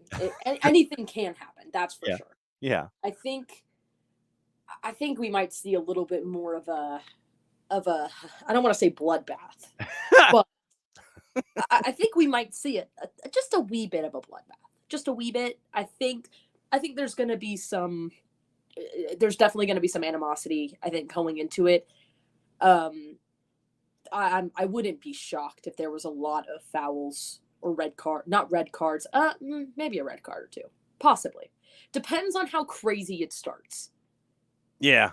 But I could see a lot of yellows. I could see a lot of fouls. I think we're going to see a pretty gritty match tonight. I think so. Yeah. And so you're staring at this one once again. Juice Box is here. Once again, Nashville, heavy underdog on the road. Messi and friends at a -200 to win, which would mean they would advance. Draws a +355, and your Nashville winning percentage, right, or your winning numbers around a +455. Starting lineups in this one last time for Nashville: Willis, Shaq Moore, Lucas McNaughton, Walker Zimmerman. Zimmerman is dinged up. Obviously, he's going to want to play. We don't know how effective he will be. Had things worked out and Nashville not been in the CONCACAF Hemispheric Extravaganza, they were hoping Walker would have been at Brookwood last night because they put him in the Brookwood Hall of Fame. And Sean Johnson had continually given Walker Zimmerman grief in the past about, hey, I'm in the Hall of Fame and you're not. So last night, in between matches on the network, Walker's mom and dad were there to accept the nomination and the jersey presentation. But, yeah, Walker Zimmerman is now in the Brookwood Broncos Hall of Fame. Dinged up, probably going to play. He wore the captain's armband in the first leg. Lovitz, Godoy, and Anibal Godoy. Frankly, Anibal Godoy ain't backing down from a challenge from nobody. And Godoy was more than happy to stick his nose in the pile and wolf at Messi. And I thought that Anibal Godoy was going to be made an example of in leg number one because he was woofing at Messi. Didn't quite happen yet. Sean Davis, Alex Mouil, Hani Mukhtar, Jacob Schaffelberg, Tyler Boyd. And that was the starting lineup in the first leg. Substitutions: Mackenzie Gaines, Teal Bunbury, Drew Yearwood, Taylor Washington, Jack Mayer. Starting lineup for Messi and friends in leg one. We'll get into the starting lineup on the rotated side in a bit. Calendar: Gressel, Aviles, Krivtsov, Nicola Ferreira, Noah Allen, Redondo, Busquets. Redondo did pick up a yellow, but not for what we thought he was going to pick up a yellow for. Busquets, Gomez, Messi, and Suarez. Substitutions: David Ruiz and Lawson Sunderland, and those came, one because of the yellow to Redondo and the other because of situational. So that was your starting lineups in leg one. Then going back to what happened on the weekend, where everybody was sitting there looking at Messi and friends in Montreal, going, Montreal, they're on the road, blah, blah, blah, but they don't understand what Laurent Courtois brings to the table. And Laurent Courtois is a difficult coach to go up against. I mean, Columbus Crew 2 won MLS Next Pro. Courtois is a handful, multiple hands full. Montreal won at 3-2 at a plus 301. Miami was favored. Messi and friends were favored at a minus 114. Draw was a plus 268, but Montreal won at a plus 301 in a game that was absolutely crazy nuts bonkers to wrap up the week. Starting lineups on the switch. So you can compare and contrast all of the evidence that we're piecing together here from leg one to the weekend and to now. So it'd be nice if I could get lineups. You sit there and you click on a button and you're hoping to get lineups. I might have to do this through a SofaScore. But yeah, Montreal, Maddie, they got the win on the weekend, and it was, a lot of folks were thinking, yeah, because Miami's at home, Miami's going to take care of business. But Montreal, they kind of shocked the planet and got a goal in the 13th. They had a 1-0 lead, and then the final 20 minutes were stupid. Campana scores to tie it. Kokoro and Sanusi score within 2 minutes of each other to go up 3-1. Montreal was up 3-1. Jordi Alba scored with 10 minutes to go, and then the last 10-plus minutes was just absolute insanity. Your lineups, once again, for Messi and friends on the weekend: Aviles, Krivtsov, Noah Allen. Ruiz, Gressel, Redondo, Sunderland, Jordi Alba, Campana, Robert Taylor. You had no Messi. Messi was sitting. Luis Suarez came in the 76th. Freire, Busquets, Gomez, Suarez, Borgelin all come in and give you minutes. Schneider Borgelin had a chance to tie it later than late, and he skied it over the bar. But no Messi. You were saving Messi for tonight. But you still have a lot of folks that got a lot of minutes at the back. Aviles, Krivtsov, and Freire were there. So, Aviles and Krivtsov started, put in a lot of minutes on the weekend. And Krivtsov gave you 90. Aviles gave you 66. Noah Allen got the start. And Noah Allen gave you 90. Plus the minutes that he gave on the weekend. So you've got a lot of folks for Messi and friends. Noah Allen gave you 90. What have we said about the young kids this year? A lot of folks, Maddie, giving a lot of minutes for Messi Absolutely. and friends rolling into. Absolutely. And I mean, looking at the Miami-Montreal matchup, Alvarez scored in the 13th minute. No one scored in the rest of the half. Campana came in, then he scored. Then literally Montreal scored maybe 4 minutes after that. And then they scored their third goal only 3 minutes after. Yeah. Alba was only able to get one in at the 80th minute, but they weren't able to close it out. They were not able to get anything there. I mean, you look at Miami, they have so much star power, but again, we talked about it the entire time. You can score as many goals as you want, but if you can't close out games, what are you going to do? What? You're talking about defense again. I am talking about defense again because the defense isn't there, John. It's not there. It is literally non-existent. Who is defending? No, Nobody. Allegedly it's Aviles, Krivtsov, and Noah Allen. Hey, youngin, go run. Oh, goodness. Oh, gosh. Youngin, go run. It's Rich, much like our Incredible Hulk reference, Rich is hanging in there. He goes, Miami only wins when Messi plays and when he's angry. You wouldn't like him when he's angry. Absolutely true. I mean, seriously, after Anibal Godoy gets in Messi's face, and literally you have all this tall timber in there, and it's like 5 or 6 dudes, and they're in this one pile, and Suarez has had it, and Messi has had it, and they're all in this. It's like Messi wants a piece of somebody. Anibal Godoy steps up, and it's like, all right, I'm ready to go. That literally, Anibal Godoy is going nose to nose with anybody that is in a pink heron jersey. Absolutely in a pink heron jersey. Anibal Godoy has no issues to give. He said, I'm going to square up. Yeah, he's like, I don't care. I don't care who you are. And almost short of finger pointing and chest puffing out, that Anibal Godoy, he's just standing there. He's like, yeah, bruh, don't care. Ready to go. You want to drop? We'll go. Which, I mean, like, I think one thing that I will say I have been loving, especially because I was a bit nervous, like Messi's coming in. I was nervous that these players wouldn't step up to the challenge, or like they would almost be too scared. Mm-hmm. But it's not that at all. We are seeing these players. We're seeing like 20-year-olds step up to Messi and just go at it. And I love it because that's what you have to do. Like it's not like Messi is the GOAT. Let's just make that very clear right now. He is the GOAT. But I mean, like, it's great to see. I like seeing I like players, kind of not afraid to step up and, face off. I think that's what you have to do sometimes, especially in a game. Now, getting in Messi's face like that, that's a little, that's just, I'm talking more just in soccer in general. Like, They're not afraid to step up. They're not afraid to kind of just like get in there and, stop Messi from taking those chances. Because at the end of the day, it's still a game. And I like it. I think it's fun. I like it a lot. I like the competition that it's bringing. Let me say that. That's probably a better way to phrase what I'm trying to say.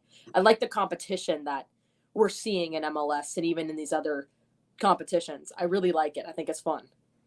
And so you like the idea, you like the notion of folks not backing down, because there's either going to be some kid, and I say that because I'm not one, someone between the ages of 18 and 25, or a veteran in Major League Soccer who might be in his early 30s, who sees the chance of lighting Messi up to take it over into American football parlance. It's like Messi's coming across the middle. Okay, fine. I don't care. I'll light him up. And you're not having folks in Major League Soccer. Folks in Major League Soccer are looking at this as an opportunity and not looking at the after effects. They're not sitting there and they're not trying to look at getting Messi mad. They're trying to take care of business first. And if they get Messi mad, then they'll go and figure that out after the fact. Yeah. Which, I mean, like, I feel like, that's a part of the game. We always see players get a little upset, like it's a heat of the moment. It's a very stakes are high. Adrenaline's running. You're running for 90 plus minutes. But I mean, I think it's cool. You have these younger players who are stepping up and playing with Messi. Mm-hmm. How many times can you say that? Yeah. It's awesome. It's fun. I love what it brings. It's so fun. I have been enjoying it as much as I, come on here and I talk crap about, how Messi and friends don't have a defense. I still think it's a lot of fun. I love it. I think it brings a good competition to it. Like, if you would have told me in a million years I'm going to be sitting in front of my TV tonight after we do these high school games, watching Inter Miami play Nashville, I would say you're out of your mind. But I am watching because it's fun. Mm-hmm. That's true. So it's pretty cool. Absolutely true.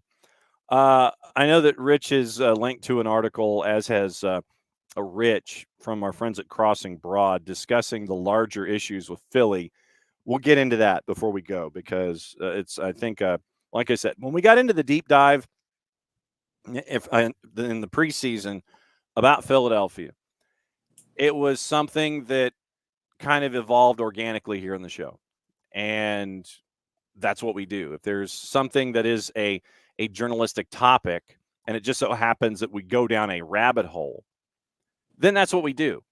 We got the space to do it. And to be able to have these kinds of discussions, I think, is important. So the Crossing Broad article is out. discussing the loss. And I think that there's a key section in here. It's been put in the Twitch pitch in addition to the article in and of itself.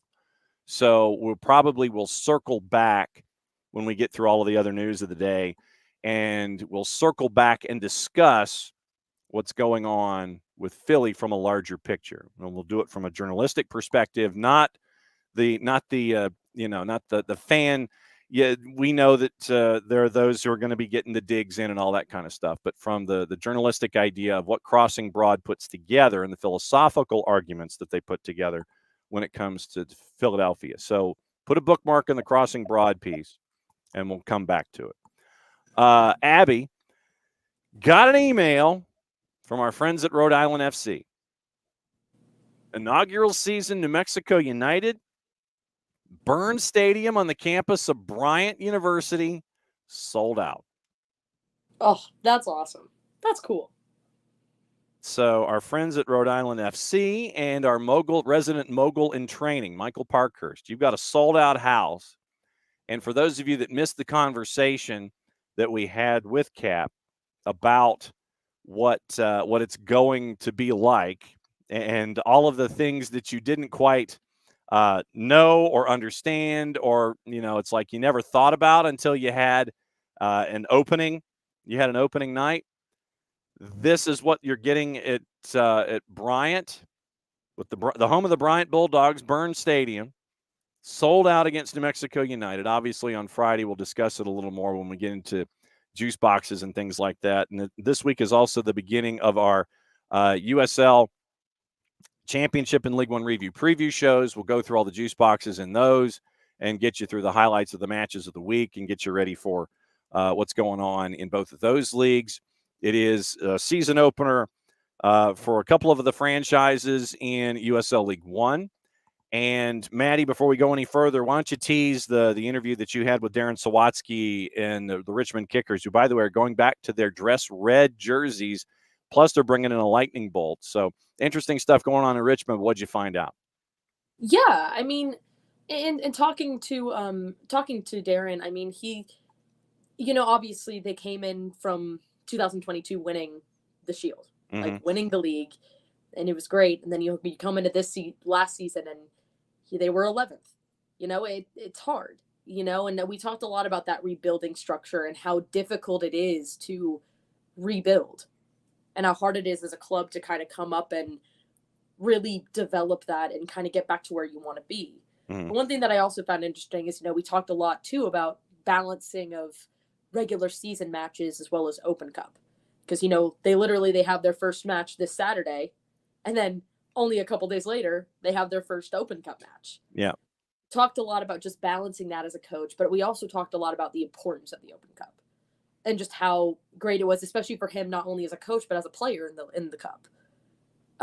We talked a lot about just how awesome it is that, these clubs are getting the chance to do it, and they still do. And we talked a lot about, how the underdog, it's fun to watch the underdog kind of come in and beat an MLS team once in a while. It's fun. So it was a good conversation. If you want to listen to everything else we talked about, it's on our Twitter. You should go listen to it. It was a lot of fun, but but it was a really, really good interview. I love talking to him, and I'm looking forward to see what they do this season. And Maddie's been taking the tour of the championship in League One. So, all right. So who have you caught up with so far? What's the list been? We got Lexington. Okay. Oh no, not Lexington. Lexington actually is going to be this week though. Catching up with them. Got it. This Thursday. Okay. It'll be Darren Powell. I will be talking to him. I have talked to Richmond, and I have talked to one Knoxville. Good interview with Marky McKeever, by the way. And we're still trying to figure out how we can get Sunsphere kits shipped here to the SDH headquarters. I'm trying. I'm trying. Listen. Listen. I'm still waiting on my Birmingham Legion one. So if I can add another one to the list, John. Yeah, so we'll add the Sunsphere kit to the list, and go to One Knox's website. And you can see what they're doing with the Sunsphere kit, or follow them on all the media that is social, and you can track down what they're doing this year with the Sunsphere kit. Very, very cool. I remember my parents spending an incredible amount of money during the World's Fair in Knoxville to go up the Sunsphere and basically have like a shot glass filled with Coke, and it was like $8. I mean, Wow. yeah, I mean, it was literally Knoxville hosted the World's Fair, and it was some of the most, and much like, most World's Fairs and things like that, you knew you were going to be spending a boatload of money, and they built the Sun Sphere as kind of like the main downtown attraction, kind of trying to make it look like how things were in downtown Dallas at the time. And so they built the Sun Sphere, and it was built for the 1982 World's Fair. The 1982 World's Fair. So it is a 40-year project. It is a 42-year-old building. 4th floor observation deck gives you the 360-degree view, stretching from downtown to the Great Smoky Mountains, including World's Fair Park, the Tennessee River, and the University of Tennessee campus. A 1982 World's Fair timeline, gallery, memorabilia, and gift shop await you. And now it's only $5 to go up. So it's a lot less expensive than it was when the place was open for the World's Fair in '82. I'll tell you that right now. Oh, yeah, I bet. So, yes, the Sun Sphere. So, once again, go to One Knox and look at their kit. They did some really cool stuff with the Sun Sphere here in this go-around. All right. So, folks were letting me know about getting messy mad, and I quoted Jim Croce. And Emilio doing the work, chasing after the lyrics. When I said slim, I was half right. It wasn't the first verse, though. First chorus was "You Don't Mess Around with Jim." Verse 2 is slim. Second chorus is Jim, and the third and the fourth chorus are slim. So I was half right. You don't mess around with Jim. You don't mess around with Slim. I said Slim. I was half right. I just wasn't right initially. It was not the first reference in the song. So standards and practices, once again, coming through with everything. Let's see. The article that Tyler was talking about, we got about a half hour here in the show this morning. Final half hour is about anything, once again, that's on the table, and we're going to revisit the article from Crossing Broad after our deep dive into Philadelphia this morning, and we're going to go a little deeper to go back and talk about what we were discussing when we talked about Philadelphia before and revisit that. The article did make it a little late than 10 o'clock, so I guess blame me. Scarves and Spikes, just glad Franco Ibarra won't be the one who breaks Messi's ankle in Major League Soccer, makes Atlanta the most hated team on the planet. Nightmares were about that last year. Emilio is not enjoying the Messi experience.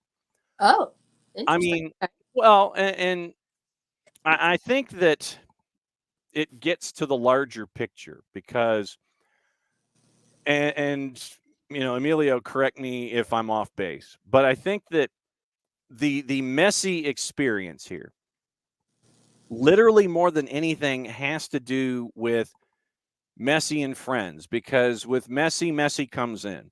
Then it's Jordi Alba. Then it's Sergi Busquets. Then it's Luis Suarez. And it turns into this thing where the natural skepticism that we had involving the salary structure of Major League Soccer, like we had with LAFC bringing in Gareth Bale and bringing in Chiellini and all that, and trying to fit it with Carlos Vela, you have that natural skepticism of, oh, here goes Messi and friends again. They had 5 DPs. They were punished by the league. Now that they're out of the punishment and they've sent Phil Neville on his way, now they brought in Tata Martino, and it's now the Gulfstream Galacticos. And how do all these folks fit in under the salary cap? And I think that that's part of it. It's the natural skepticism that you sit there and you go, well, okay, they obviously have to be breaking the rules again because of, it's like, okay, all these DPs, how can they fit all these guys under the cap, and how can they all be DPs because of who they are? I mean, maybe they ain't hurting for money, and maybe they don't care, and maybe it's an NIL deal like it is with Messi. It's just not as highly publicized. But to bring in a player like Messi, that means he's going to want to bring in his friends, and he's going to want to have Tata Martino as his coach. He's not going to want to have Phil Neville as his coach. It's going to be the Messi show. And David Beckham is going to sit there and not go, well, God, I can't do a Beckham. See, Nick would have to do the Beckham, but David Beckham is not going to sit there and say no. The Moss brothers aren't going to sit there and say no. Chris Henderson is going to have to be the one to sit there and say, okay, well, we have this, and this to navigate, as evidenced by what we saw with the DeAndre Yedlin deal to get under the cap. You're getting rid of Gregory, you get rid of Mota, and you get rid of Quarantine Jean. You trade Yedlin to bring in Redondo for the weirdest figure of AM ever in the history of ever. It was like 172, 799 in GAM. So either Chris Henderson is just making up numbers. Yeah, let's just make it a random number so folks can sit there and look at the randomness of it all.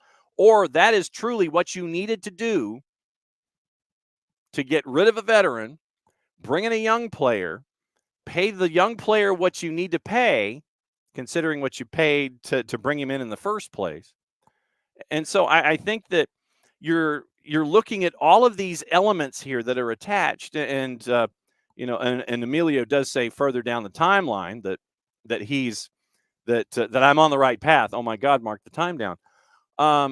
But I think all of these different aspects of it, where Messi and friends, it is the perceived favoritism of all of the rules and alleged, whatever you want to allege.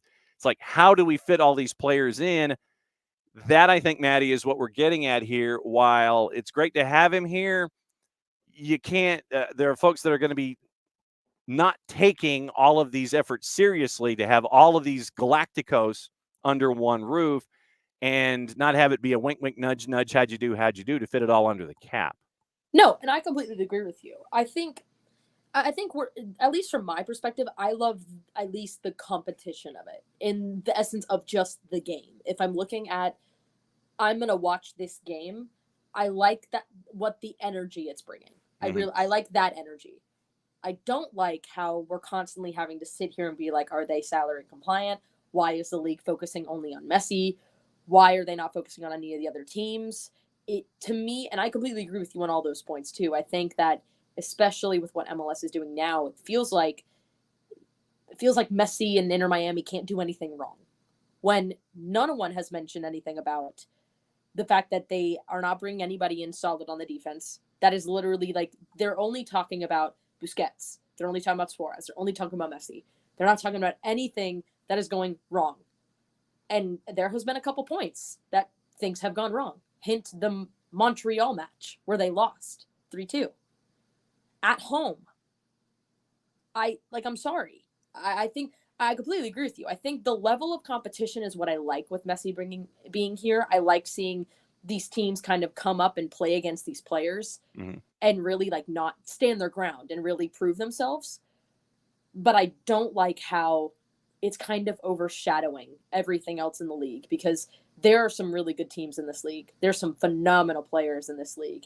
And to me, it feels like every other team there's always something that someone's going to harp on. But with Messi, it's always, oh, well, they're Miami. They're good.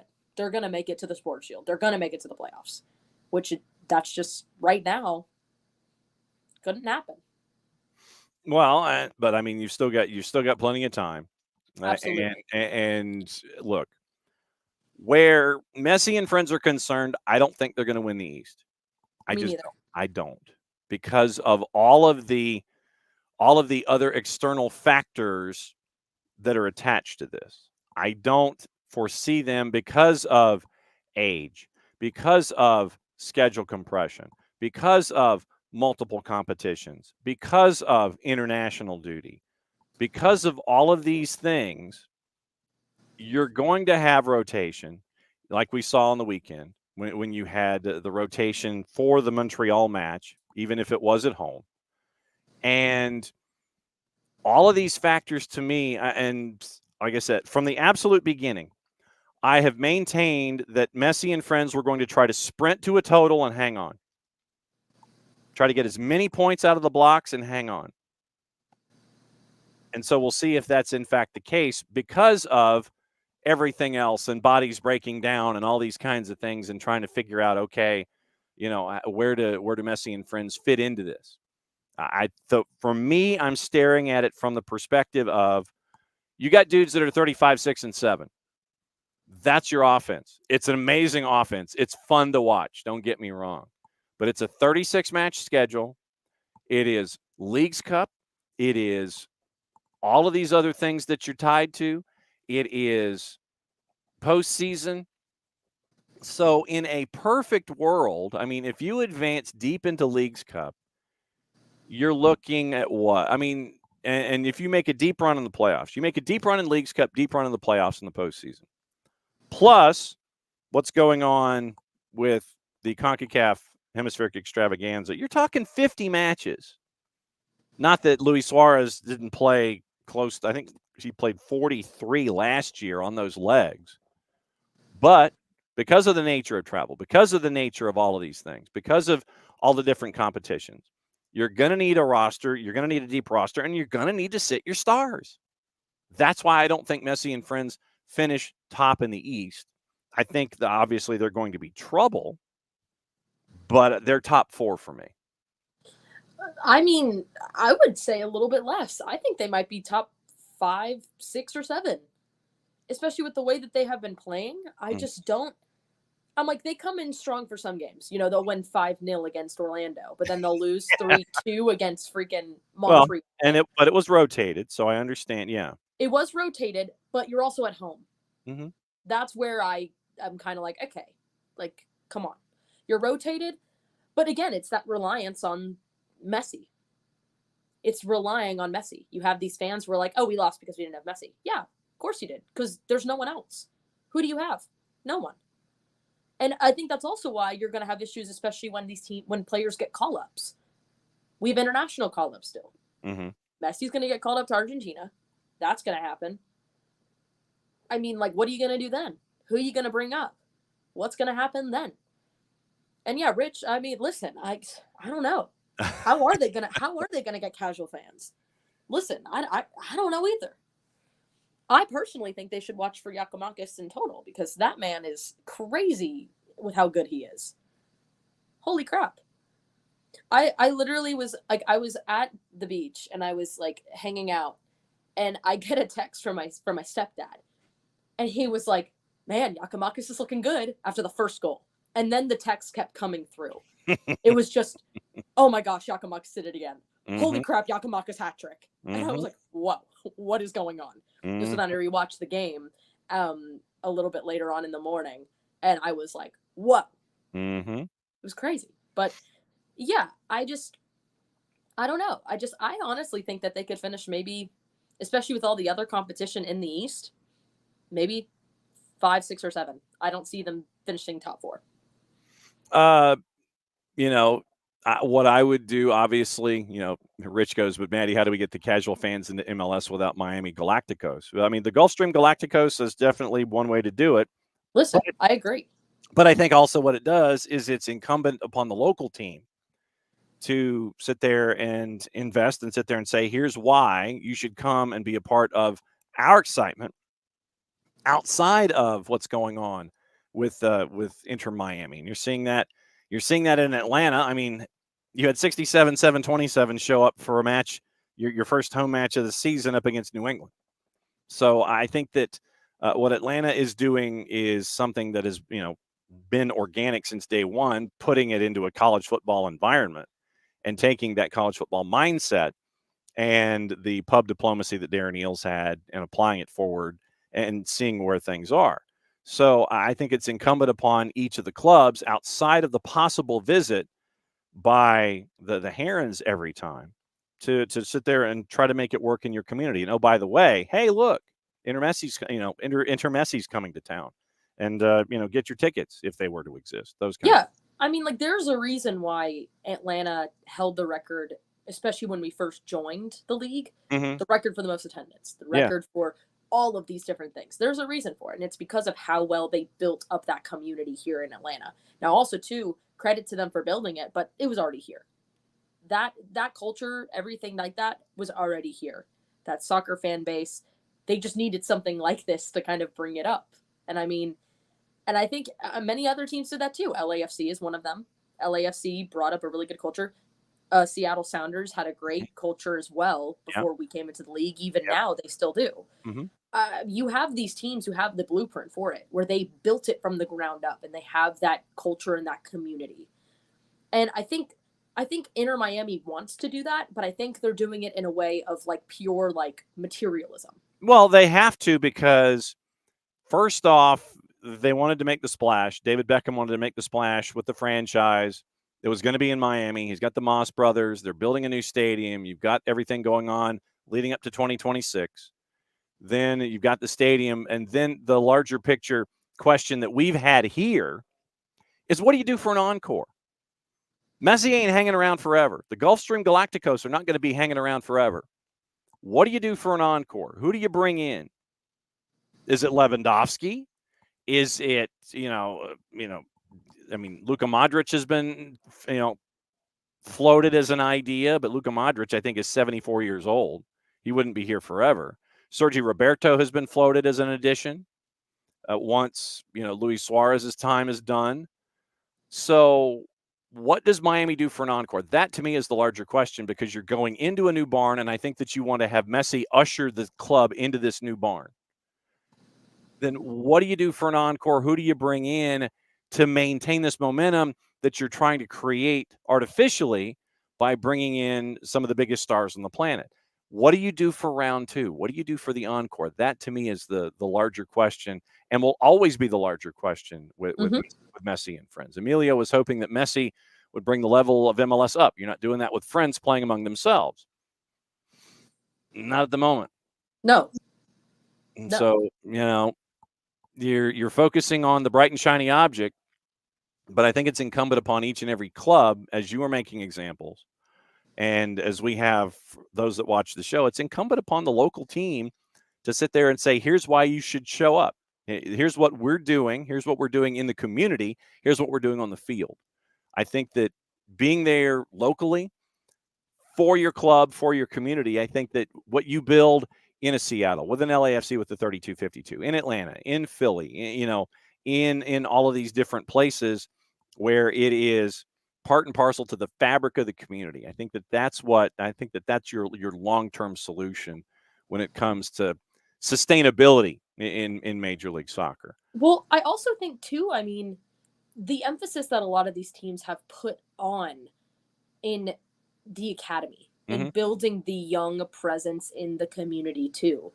You have these players who go through the system, who go through, and then they end up playing for their home team.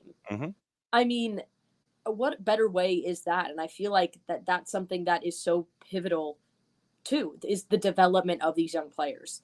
And I think that's just so important that I don't think people harp on enough.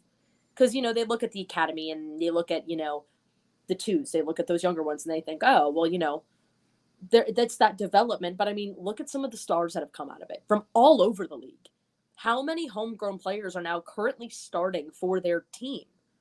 There's a lot. Yeah. I mean, Rich knows about that in Philly. We know about that here in Atlanta. Columbus is developed through MLS Next Pro.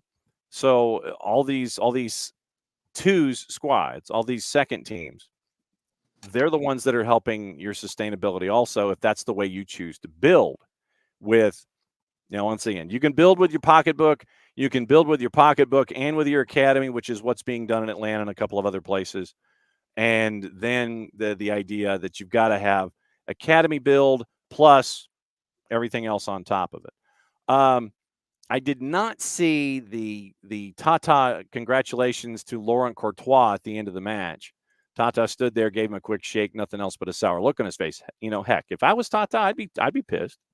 Yeah, I would be too. You're at home and you lose to Montreal. You try to figure out a game plan, and there were chances late. Like I said, Schneider Borgelin had one right in front of the net inside the 6, and he skied it. So chances were there for Inter Miami. I think probably more for anything else. And like I said, and this is me just reading into Tata at the end of the match. He's more angry with missed opportunities than he was with Montreal getting the 3-2 win. I think that Tata went into that thinking that was a match he should have won at home against Montreal with the roster that he had, with the players that he had, with the chances that weren't created or that weren't finished, were created but weren't finished. So I think that was probably more sour on Tata's face for not coming out with at least a point, if not 3, as opposed to losing to Montreal. I agree. I think, and I mean, even from what we know from Tata, from being here in Atlanta too, I mean, I think Tata likes to have that performance on the field in both areas. I mean, he's a very, very tactical coach, and he's a very good coach. And he has a lot of the talent, but, if you're not seeing results, yeah, I mean, I'd be pissed too. Especially you're at home. Like, we all know that MLS's schedule on the road is a lot harder than any other place. It's hard. It's very difficult to get a road win. And I mean, the fact that you lost at home, that's not good. That's points that you surrendered. Amelia wanted to know about if this is more like an NHL style model. I would say that basically the fans in the metro area of the club are the ones that are invested. What Darren Eales wanted to do with Atlanta United, I think, you're there, but Darren wanted to go the extra step. Darren wanted to make Atlanta United the Southeast's team.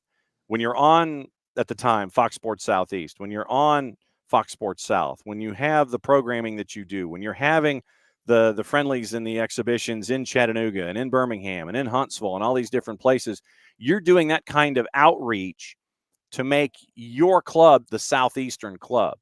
And so I think that that's what Atlanta United wanted to do, was to have the Southeast embrace Atlanta United, and Atlanta United not just be an Atlanta club, not just be the 404, the 470, and the 678, to be the 229, to be the 478, to be the 256, to be the 334, to be right there in addition to what you would have locally. But I mean, look, I'll give you an example. When it comes to what we saw from Atlanta United, the Lincoln County girls soccer team made the trip from Lincolnton to Atlanta to see the game. Lincolnton is 2.5 hours from Atlanta. Lincolnton is basically, you go to the last exit, the last major city before you get to Augusta. Go out I-20. And 2 hours, 10 minutes is the town of Thompson. There's no P. Thompson. It's in McDuffie County. You exit at Thompson and you travel north another 20 minutes. And you are right up against the South Carolina-Georgia border. And literally it's like water that separates the two. There's a lake there that separates the two states. And on the Georgia side, on the western side of that lake, is the town of Lincolnton. Well known for high school football. They've won a lot of smaller classification state championships. And what Will Homskis is trying to build at Lincoln County over the last handful of seasons, and now both in boys and girls soccer, Lincoln County is making some waves in single A. They're growing a program. Will has invested in the school, and he's tried to find players that would be interested in playing the game, might not have a history in playing the game. We broadcast one of their playoff games last year. They came to Atlanta, drove 2.5 hours to Silverbacks Park, and were in the playoffs last year. We broadcast that playoff game last year. We've caught up with Will on Soccer's in Session about what it's been like to grow the program as a football coach, Football. His dad is a well-known high school football coach here in the state of Georgia. Will is the head coach of the girls soccer team in Lincolnton. He thought that it would be a great idea to take his girls soccer team on a field trip to Mercedes-Benz Stadium to see Atlanta United and New England Revolution. A 2.5 hour drive under normal circumstances. I imagine that Will was having to drive one of those county school buses and tried to figure out where to park. And parking a school bus in and around Mercedes-Benz Stadium, that's a tall order. You can't do it in a parking deck. But Lincoln County, making the probably 3 by the time you're done, the 3-hour investment in their girls soccer team to go from Lincolnton to watch a match at Mercedes-Benz Stadium and turn around and go home. That's the kind of impact that you're seeing Atlanta United make in not just the Atlanta area, but in the state of Georgia and in the Southeast. I was at the gift shop, full disclosure. I was at the gift shop in line with the Hoff, with Joe Fryhofer, and we were trying to figure out what to buy and all these kinds of things because traditionally, if we don't buy it early, we ain't getting it. So we're in line getting ready to go into the gift shop at Mercedes-Benz Stadium. And I thought I saw a Lincoln County high school sweatshirt. Turned out I was right. You see that kind of investment and you see what kind of impact you can make. And like I said, it is a local example.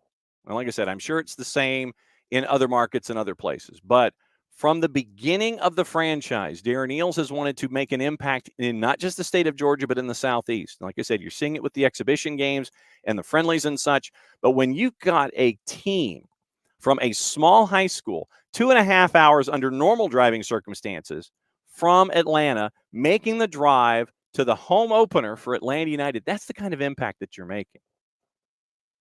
So I think that it is up to each club to figure out the kind of impact that they want to make, whether local or otherwise. But I think that what you're seeing with Atlanta United specifically, because that's anecdotal evidence that I have in front of me, it's not just the local, it is the regional impact that you can have in doing something like that.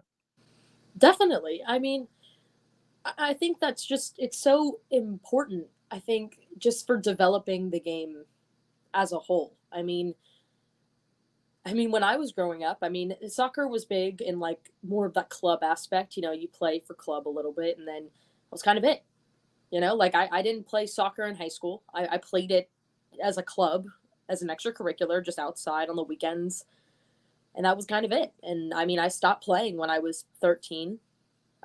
And that was kind of it. But I mean, I still love soccer, but really it was just watching U.S. men's, U.S. women's national team. I didn't really know much about MLS until Atlanta United kind of started brewing. But I mean, I think that goes to show how important it is to develop a team and to be committed to the community because of just how, I mean, soccer in the streets is a huge example, especially with what they do sometimes with Atlanta United as well. I think it's so important to develop and to get those teams and get kids and get people excited about playing soccer. I think that's awesome. You have to be invested in the local community as well and not just the big picture of it all. Yeah. If you focus on building and developing those communities and that culture all over and in those smaller little places, that's what's going to make the biggest difference in the world. And I think that's so cool. That's awesome. Emilio's kind of just wondering who the league's trying to recruit with Messi. He's become jaded over the past year, understandably so.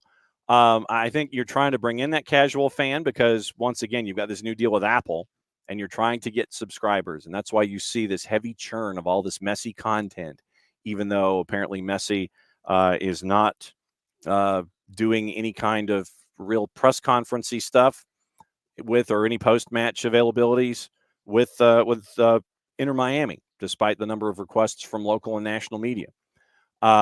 Major League Soccer, they've got a new contract. They're trying to make Apple happy, and they're trying to get their numbers going, and they're trying to add subscribers. So what do? You cater to the folks that might know Suarez, might know Messi, might know Alba, might know Busquets. And to Rich's point, as you said, as a Eurosnob friend once told him, when the Union signs someone I've seen on Saturday mornings, then I'll care about them. And the guy is an American who's a Chelsea fan. Figures. So you're getting that kind of a response. And so that's part of the local, the tough part of this that has to do with the local franchises, winning over those fans of other clubs internationally and say, hey, we got just as much of a cool thing here. And so I think that's part of the obstacle that Major League Soccer clubs face. And I know that a lot of the other clubs in Major League Soccer, they look at what's going on in Inter Miami, and they're like, okay, well, that's cool. How do you make the rules even for the rest of us? And, it's like, okay, you're letting them do this. What can we do about it? And I think once again it comes down to each club and how they want to attack their level of success and do it in their way. So, yeah, absolutely. you're And looking. I mean, You're listen, looking, yeah. he said he said he was a Chelsea supporter. That's all I need to know. That's all I needed to know. As someone who supports a club that literally is, again, just like Miami, buying so many players and not seeing any of the results. I mean, listen, hey, I'm just saying.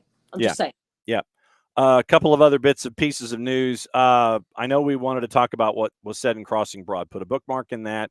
It's not going anywhere, especially since Philadelphia is not playing until the weekend. Probably talk about it tomorrow. So, Rich, remind me about Crossing Broad. I've got the bookmark up on the laptop, but remind me about the Crossing Broad piece and what Philadelphia has to face. So we'll get into that.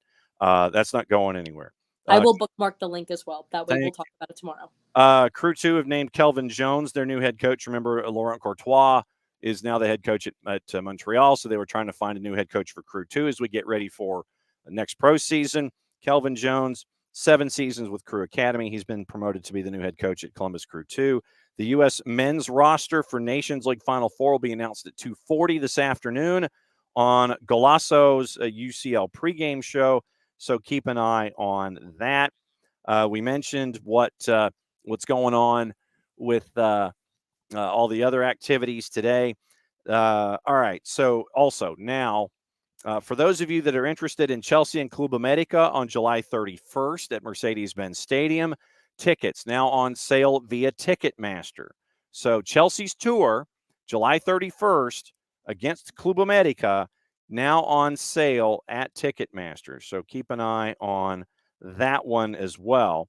And also, before we go, once again, requested required reading. And once again, it comes from our friends at Yosemar Football. And I don't know if our resident Evertonians want to know about this, but our friends at Yosemar Football, 777, and this is their headline. Once again, it's Paul Brown and Philippe Auclair.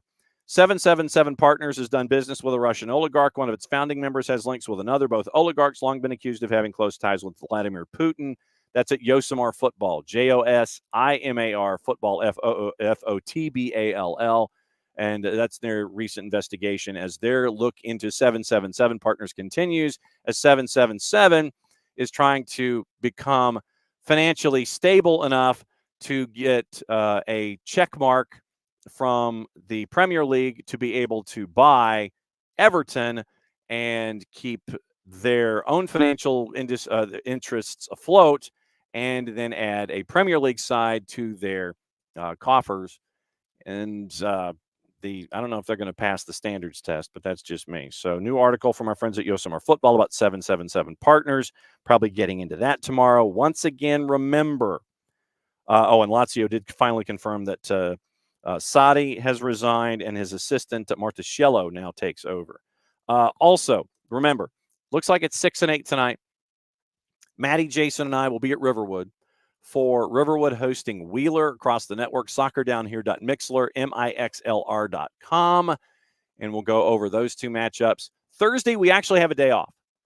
But then Friday, Griffin and Perry down in Middle Georgia.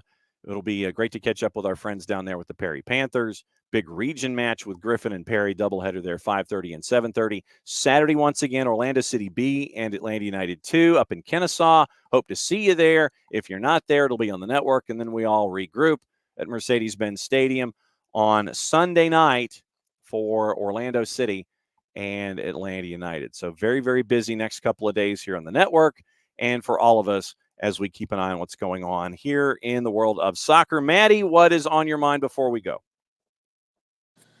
Always fun stuff. Excited to go to get back into the swing of things and get to call these games tonight. It's going to be a lot of fun, and I'm excited for the twos to start up. It's going to be a lot of fun. MLS Next Pro, let's go. Yep, MLS Next Pro, let's go. Hutch is wondering if Ted Turner still owns a lot of Ticketmaster. I don't know.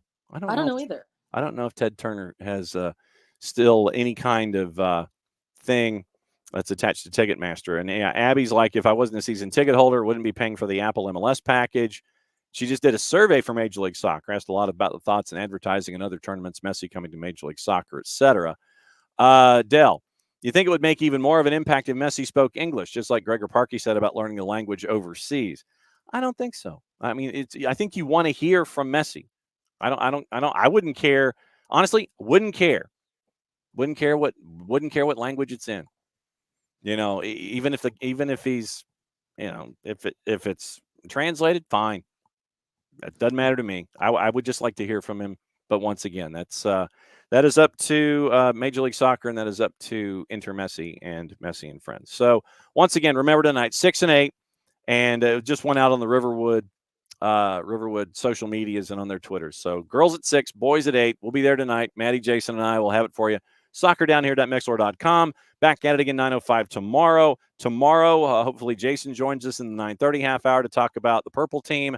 Nico Morena joining us at 10:30 to talk about stuff from the Pacific perspective when it comes to Major League Soccer.